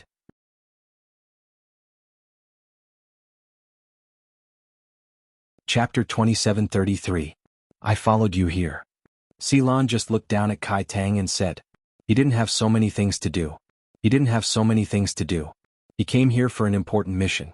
A person like him might not even have a future. He would definitely leave this place." After saying this, Ceylon let go of Kai Tang, turned around and walked back. "Do you know everything?" Kai Tang was not stupid. The moment Si Dan took 2 steps back, she asked. After asking this question, Kai Tang smiled again. She wiped away her tears and solemnly said to Si Wan, who was walking forward without looking back at her, "Don't worry, I won't let you get involved in this matter in our village. When you leave tomorrow, leave from the east gate of the village. Remember, don't say goodbye and don't look for the village chief or the villagers. Otherwise they won't let you go." The people in Kai Tang's village were basically very united. Kai Tang was about to turn 18. Originally, the people in the village were still struggling to find a man to marry Kai Tang. Now that Ceylon sent himself to the door, the people in the village naturally wouldn't let Ceylon leave easily. Even if the village chief didn't care about this matter, the villagers definitely wouldn't let Ceylon leave empty-handed like when he came. Kai Tang's words were equivalent to letting Ceylon go directly. Ceylon, who was walking in front, stopped in his tracks, but he didn't say anything and walked forward again. The next morning, Ceylon's house was empty. Kai Tang knew that he must have taken advantage of the fact that the sky was still dark to leave. Although he was a little disappointed in his heart, this was also a reasonable thing. After tidying up the house where Ceylon slept, Kai Tang just walked out of the door and the house was surrounded by the villagers in the village. "Kai Tang, tell uncle, where did that kid go? You saved this person. What's wrong with marrying you to repay your kindness? Come out quickly." A group of villagers gathered here. If Ceylon was still here, he would definitely be blocked and couldn't get out. Kai Tang breathed a sigh of relief. Fortunately, he was gone. "He's gone. I let him go. I know uncles and aunts are doing this for my good. I'm really touched, but we can't force him like this. We have no right to ask anyone to repay our kindness." Kai Tang bowed deeply to the crowd in front of her. This group of uncles and aunts who had gathered here for Kai Tang all secretly wiped away their tears. How could such a well-behaved child be born in their village? And they were forced to endure all of this. Kai Tang. At this moment, the village chief appeared. After the village chief appeared, he first sighed and then said to Kai Tang, "Zhang Lu from the neighboring village is a good man with great strength. Although you will be his 17th concubine after marrying him, but..." Just as the village chief finished speaking, the villagers suddenly saw a handsome man walking out from behind the wooden house and cried out in alarm. Si Xian. This brat didn't leave. Just when everyone was surprised that Si Jin had actually returned, Kai Tang also couldn't believe that Si Jin was carrying a living thing in front of everyone. Si Dan suddenly threw the living creature in his hand, a small demon beast that was very valuable in the Xiuxian continent, in front of everyone. The villagers had never seen such a magical beast before. One must know that in the village, no one had the ability to capture such a small demon beast. At the moment when everyone was looking at this small demon beast in surprise, Si Xian suddenly spoke in front of everyone present. "I've just arrived here and have no money. This is the betrothal gift. You can arrange the marriage at any time."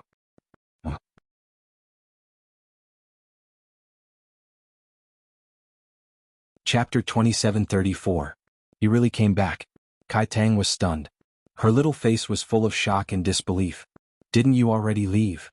Kai Tang looked at Si Ro in surprise and asked, "Didn't you already leave?" While the people around were looking at the little magical beast in surprise, Kai Tang looked at Si Ro with a trace of emotion and asked, "Who said that?" Si Ming raised his eyebrows and looked at Kai Tang. After that, Si Luo kicked the little magical beast that was curled up on the ground. It was originally fierce and brutal, but now it was as obedient as a mouse in front of Si Luo. He looked at Kai Tang and said, "I just went to catch this beast." Si Luo's words touched Kai Tang's heart. "Ah! Young man, you can actually defeat a magical beast." The village chief walked to the little magical beast, looked at it and stared at Si Luo with a stunned expression. While laughing, the village head lost his smile. He suddenly wiped away his tears and bowed deeply to Si Dan. "Young man, I apologize for what I did to you before. Kai Tang has no parents since she was a child. I brought her up single-handedly. Now I give her to you. I hope you can treat her well. She is a good child. Please." The village chief's action made Kai Tang burst into tears instantly. "I will." The village chief's words were in return for Si Luo's affirmation. Since he planned to marry her, he naturally would not let her down. Because Kai Tang's 18th birthday was coming, the village hurriedly held a wedding for Kai Tang and Si Luo the next night. Although it was very simple, and even to Si Wan, who had seen a lot of things in 2019, it was a wedding banquet that he didn't even care about. However, he felt particularly warm. Yun Jian and Si Yi died together in the battle with the mysterious man in 2016. Si Luo had suffered too much in the past 3 years. Today, in such a small village, he felt warmth again. This was also the reason why Si Luo was willing to marry Kai Tang. The wedding was held very late. The villagers in the village were very noisy. They stopped at midnight and went home. Si Luo walked into the wedding room. Kai Tang was still sitting on the bed at this time. But from Kai Tang's action of clenching the handkerchief in her hand, it could be seen how scared Kai Tang was at this moment and what would happen next. In fact, Si Luo had never done anything between a man and a woman. But in this regard, men were born beasts. When Si Dan walked in front of Kai Tang sat on the side, feeling a little uncomfortable. In the end, Kai Tang and Si Luan had only known each other for a little more than a month. He was still considered a stranger. But now she was going to marry a man who was still considered a stranger, and she didn't even know where he came from, and do the most intimate thing. There was still an unspeakable panic and fear in Kai Tang's heart. When Si Dan reached out to pull off Kai Tang's clothes, Kai Tang clutched her clothes tightly. Her small cheeks were red as if she had eaten chili. It was tempting. Can I not take off my clothes? I'm scared." Kai Tang stammered out the last 3 words in a voice that sounded like the chirping of a mosquito. "Okay." Sven didn't force her. He took the initiative and reached out to pull Kai Tang's pants. At first, Kai Tang clamped her pants tightly, refusing to let Sven take them off. It was instinctive. Finally, Kai Tang, whose pants were torn off, hid her face in the quilt, not daring to look at Si Tua. For some reason, when he saw Kai Tang's frightened appearance, it reminded him of Zhou Yuran, that abominable and hateful man. Thinking of this, Si Dan had already grabbed Kai Tang's slender waist and fiercely entered. "Ah! It hurts."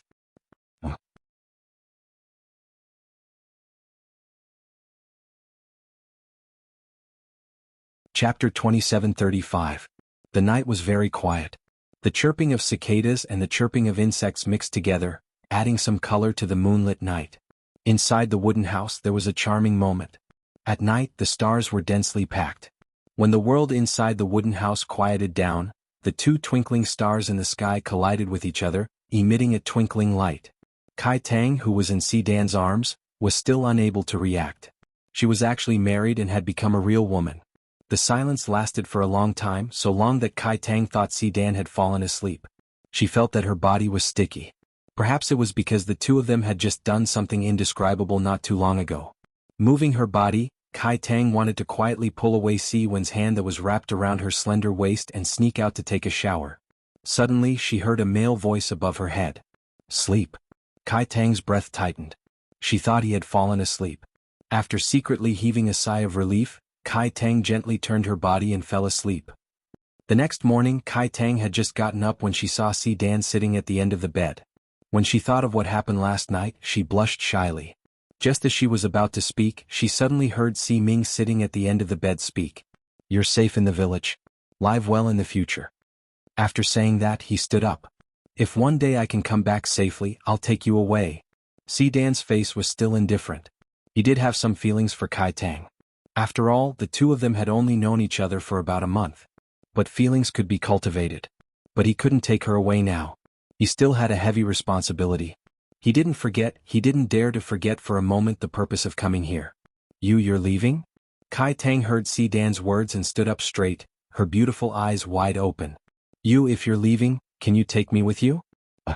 Kai Tang didn't wait for Si Dan to speak and asked. No. Si Ming frowned and decisively refused. What?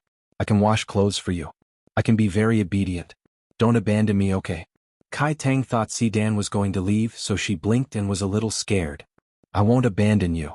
I Xingfeng will never let you down. But if you go with me, you might lose your life at any time. You might live in fear every day, or you might never return to the village. That's why I can't take you away. Sven said to Kai Tang in a solemn tone. He thought that Kai Tang would be scared after hearing these words. I'm not afraid. Kai Tang's big eyes flashed with a confident light. She very calmly blurted out these words. Kai Tang was afraid that Xingfeng wouldn't believe her, so she continued. I'm already married to you, so I'm yours. Indeed, I don't know about your past, but I'm willing to understand you. I'm not afraid. I'm not afraid of death. Even if there's any danger, I'll go through it with you. The girl's words were filled with an irresistible firmness. Si Xian's heart skipped a beat. It had to be said that Kai Tang's words just now had moved Si Wan's heart. But he still replied, but I'm scared. After saying this, Si Ming moved closer to Kai Tang. He lowered his head and looked at Kai Tang. After 2 seconds of silence, he suddenly said, I'm afraid that you'll die because of me. I don't want to see any more sacrifices. Do you understand? Be good and wait here for me to come back. I swear to you I'll definitely come back. You'll be my wife for life, the one and only.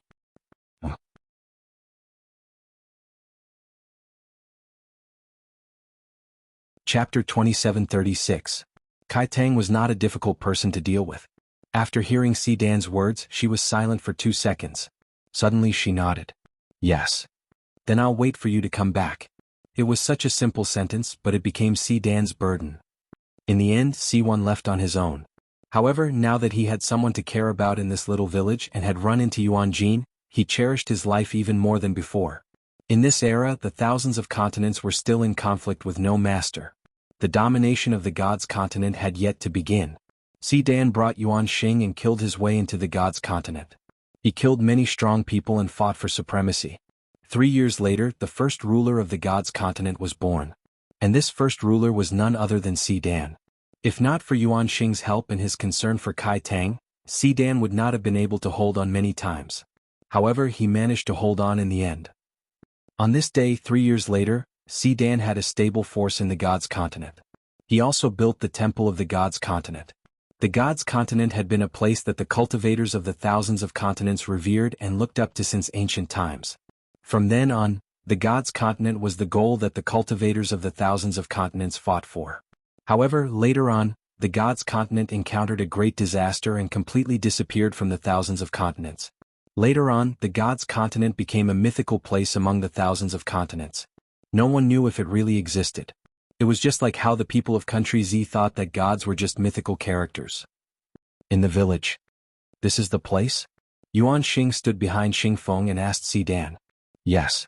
Si Dan nodded. After a pause, he walked forward and said to Yuan Xing, let's go.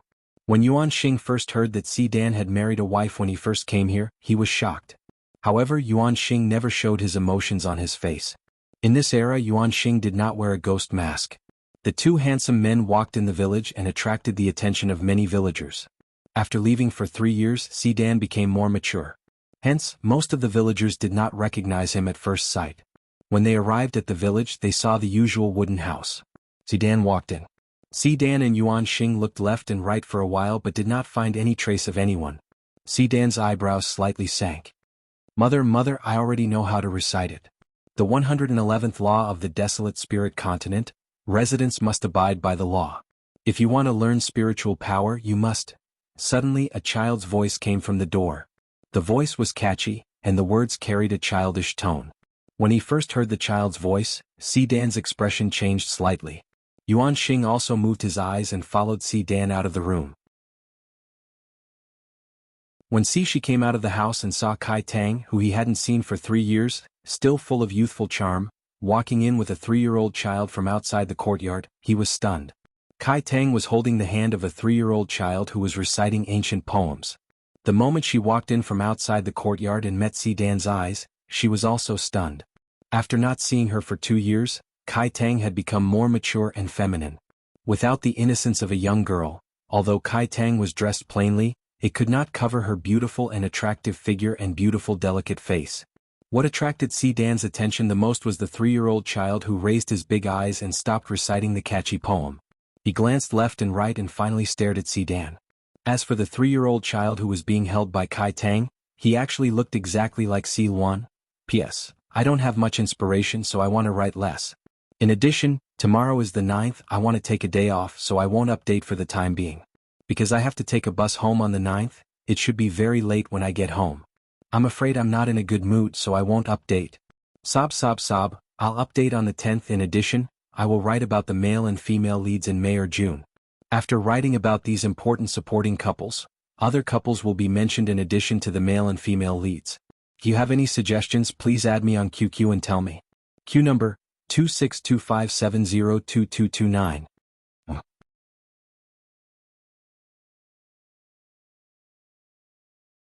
Chapter 2737.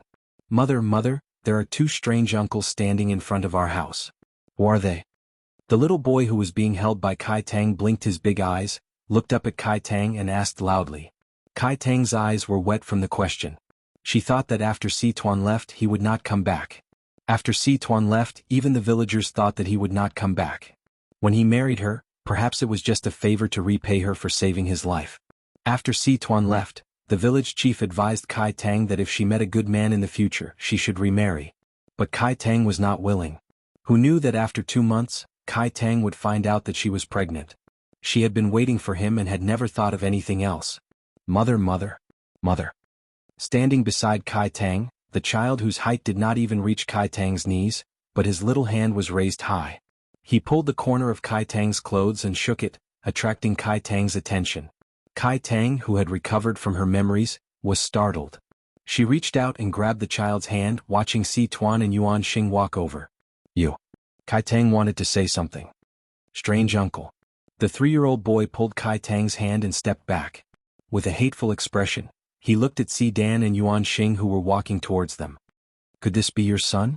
Yuan Xing was silent for 2 seconds and also reacted from his shock. His rarely shocked face showed a different color. But Si Tuan ignored Yuan Xing's shock and walked towards Kai Tang. Kai Tang did not step back. Instead, the 3-year-old boy pulled Kai Tang and stepped back. He looked at Si Tuan like a tiger watching its prey. Strange uncle, you are not allowed to bully my mother. As soon as he said this, Si Tuan picked him up like how Si lifted him in the air when he was a child. I am your father. Si Tuan picked up the 3-year-old boy and said word by word. After listening to Si Dan's words, the child suddenly burst into tears with a wah. Seeing this, Kai Tang was so scared that she took the child from Si Tuan. She pursed her lips and glanced at Si Tuan. After all, they hadn't seen each other for 3 years, so they were still somewhat unfamiliar with each other. Si-wen naturally felt Kai Tang's actions, and his eyes deepened. What's his name? Seeing Kai Tang protecting the child like a treasure in front of him, Si-wan's heart tightened. Kai Liang. Kai Tang carefully raised her head and glanced at Si-dan. She bit her lips and said, "Not good." Si-wan suddenly interjected after Kai Tang's words.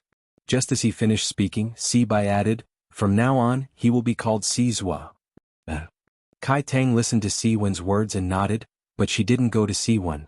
Wah, strange uncle not only bullied mother but also changed Liang Liang's name, wah wah wah wah wah wah wah.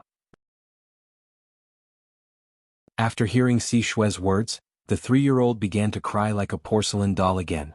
Yuan Xing stood at the side and grinned. This child's personality was not at all like Si Rue or his maternal grandparents, Yun Jian and Si Yi. The child's cries were met with a headshot from Sven. Finally, the child bit his lips like a bullied little girl, daring to be angry but not daring to say anything. 10 minutes later, the child who changed his name to Si-zwa was playing happily with Yuan Xing. Si-tuan took advantage of this gap to pull Kai Tang's hand and walked into the wooden house. As soon as they entered Kai Tang's house, Si-tuan embraced Kai Tang. At this time, Kai Tang hugged Si-tuan's neck. This action greatly stimulated Si-tuan. Si-tuan pressed Kai Tang's butt and lifted her onto the newly added desk in the house. Like a bandit robbing a civilian girl, he quickly took off Kai Tang's pants, bent Kai Tang's beautiful legs, and sank deep into Kai Tang's scream. Come. Wonderful book house.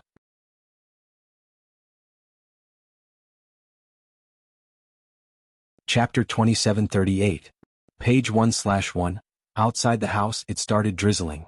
After a while, the raindrops became bigger and bigger, and the rain became heavier. Inside the house, after the two of them hugged each other, Kai Tang cried out in surprise. Si Ming maintained this posture and did not move. Kai Tang also used her small arms to hug Si Ming's sturdy chest. Tears flowed down her face without any gaps. They maintained this posture. I thought you wouldn't come back. Her face was full of tears. Silly, these 4 years you've worked hard. I will never let go of your hand. Si Ming hugged Kai Tang's small body and let her bury her head in his chest. Just when the two of them were tightly connected and everything was about to start. It's raining. Mother said we can't play in the rain, we'll catch a cold. Come, let's go play with mother. At this time, Xiao Liang's voice suddenly came from outside the house. Xiao Liang was Si Ming and Kai Tang's child. Xiao Liang's name was changed to Si-zwa by Si Ming. Kai Liang was the name given to Xiao Liang by Kai Tang. Since his name was changed to Si-zwa, then Xiao Liang became his nickname. Mother, open the door. I'll bring uncle to play with you. Xiao Liang led Yuan Xan to the house where Kai Tang and Si Ming were and knocked on the door. At this time, Kai Tang and Si Ming were hugging each other, but they were hugging each other in a shy posture. At the same time, Kai Tang's face flushed bright red. She pushed Si Ming. At this moment, if Kai Tang became Yun Jian and Si Ming became Si Yi, then even if the emperor came, Si Yi would still continue to do it. Although Si Ming's personality was very similar to Si Yi, they were not the same person. He withdrew from Kai Tang's body. The two of them tidied up their clothes. Kai Tang was afraid of being seen through, so she ran to the window and opened it. She used her cold hands to hold her cheeks and then went to open the door. The moment the door was opened, Xiao Liang was like a happy cat as he pounced on Kai Tang. Mother, I was playing games with uncle just now. Uncle is so smart and powerful. Little Liang suddenly stopped talking. The next moment, Xiao Liang saw Si-dan standing in his mother's room. Although little Liang was only 3 years old, his cheeks changed color in an instant. The next second, little Liang glared at Si-shen fiercely and grinned at him. Bad uncle. Bad uncle. Why are you in Yanqing's room? The village head's great-grandfather said that no other man could enter except for father. Bad uncle. Xiao Liang was still young and had not realized that he looked very similar to Si Ming. He also did not realize his relationship with Si Ming. Little Liang glared at Si-dan fiercely while struggling to get out of Kai Tang's arms. Then, the little figure rushed in front of Si-dan and slapped Si-dan with one hand while pulling Si-dan's hand with the other, wanting to drag Si-dan out of the room. Little Liang did not have the company of his father since he was young. Because of his desire, when he saw Si-dan in Kai Tang's house, he rushed over to beat him up. Only his father could enter his mother's room. All the men who wanted to enter his mother's room were bad guys. I'll beat you to death. I'll beat you to death. Bad uncle. Bad uncle. Little Liang Liang said while pulling Si Dan. He tugged at Si Dan's hand. As he tugged and tugged, something called tears flowed out of little Liang Liang's eyes. At this moment, Kai Tang was the first to react. She hurriedly walked over and pulled little Liang Liang's hand away from Si Dan. She carried little Liang Liang and said to little Liang Liang, "He's your father. Liang Liang, didn't you always miss your father? He's your biological father." Book Guest House Reading Website.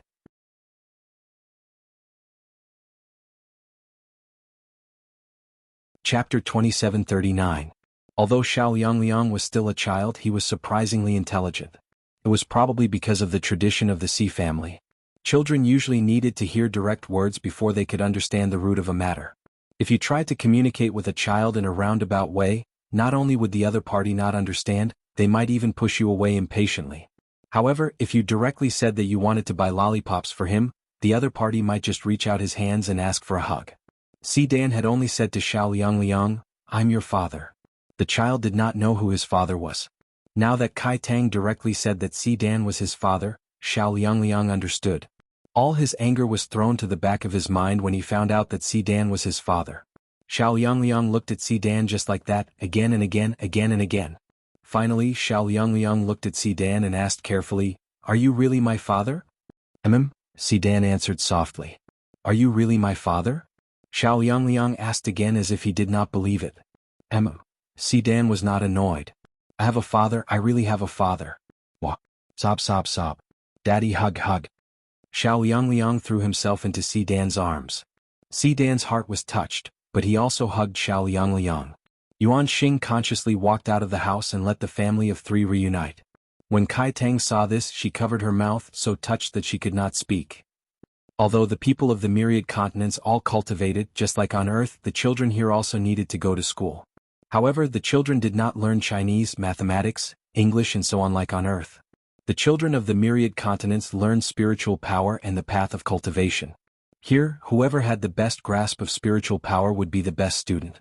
Xiao Liang had a full day of lessons in school today, and he was brimming with energy. La la la la la la. After school, Xiao Liang shook his head and walked back home. The children of the myriad continents had to go to school when they were 2 years old. This was because 2-year-old children were the best time to awaken their spiritual roots.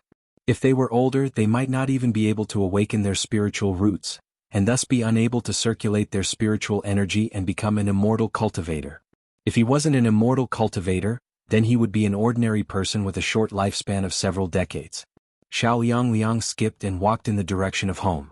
As soon as he walked out of the classroom, he saw Kai Tang. "Mother. Mother." Little Liang stretched out his hands and pounced over. Kai Tang smiled and carried Xiao Liang. A few children who were 3 or 4 years older than Xiao Liang walked past. The schools here were divided into classes according to the strength of their spiritual power. Although little Liang was only 3 years old, his strength was already comparable to a 6 or 7-year-old child. Therefore, the children in his class were all much older than little Liang. "Kai Liang, didn't you say that your father came back and named you Sizhua? Where's your father?" One of the children who passed by asked little Liang. After asking, another child who looked more mischievous added, "He must have missed his father so much that he dreamed about him."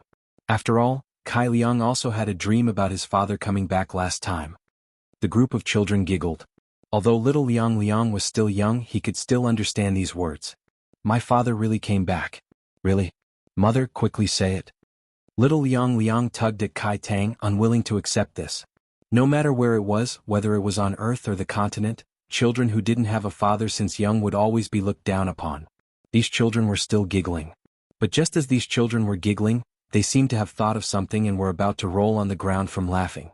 These children were suddenly picked up by someone and thrown to the side. When everyone reacted, they saw Si Ming standing in the same place with a dark face. He cast a sidelong glance at the children who were thrown away by him and coldly said, "Who said my son didn't have a father? A bunch of stinky brats, scram."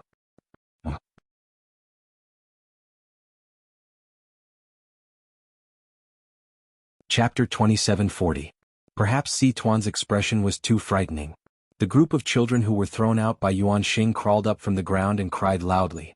As if they had seen something horrifying, they all ran away like bees. "Daddy! Daddy! Daddy!" Seeing Si Tuan, little Liang Liang reached out for Si Tuan's hug. She was overjoyed. Si Ming hooked his handsome arc and took little Liang Liang into his arms. Kai Tang stood at the side. She was gratified and happy. She had always known that little Liang Liang wanted her father's company. Now her wish was finally fulfilled. After returning home, Si Ming asked Yuan Xing to return to the God's continent first. Si Tuan had just become the first ruler of the God's continent. In this era, there were countless powerhouses running amok even on the thousands of continents committing crimes. This was a world without rulers where the strong were respected. To the people of the thousands of continents, the God's continent, which was a legendary place, had even more powerhouses. Si Tuan had just ruled the God's continent. Naturally, countless powerhouses would stand up and express their dissatisfaction. Si Ming asked Yuan Xing to go back first to stabilize the situation. As for him, he had to stay here for a while longer. He planned to bring Kai Tang and little Liang Liang back to the God's continent.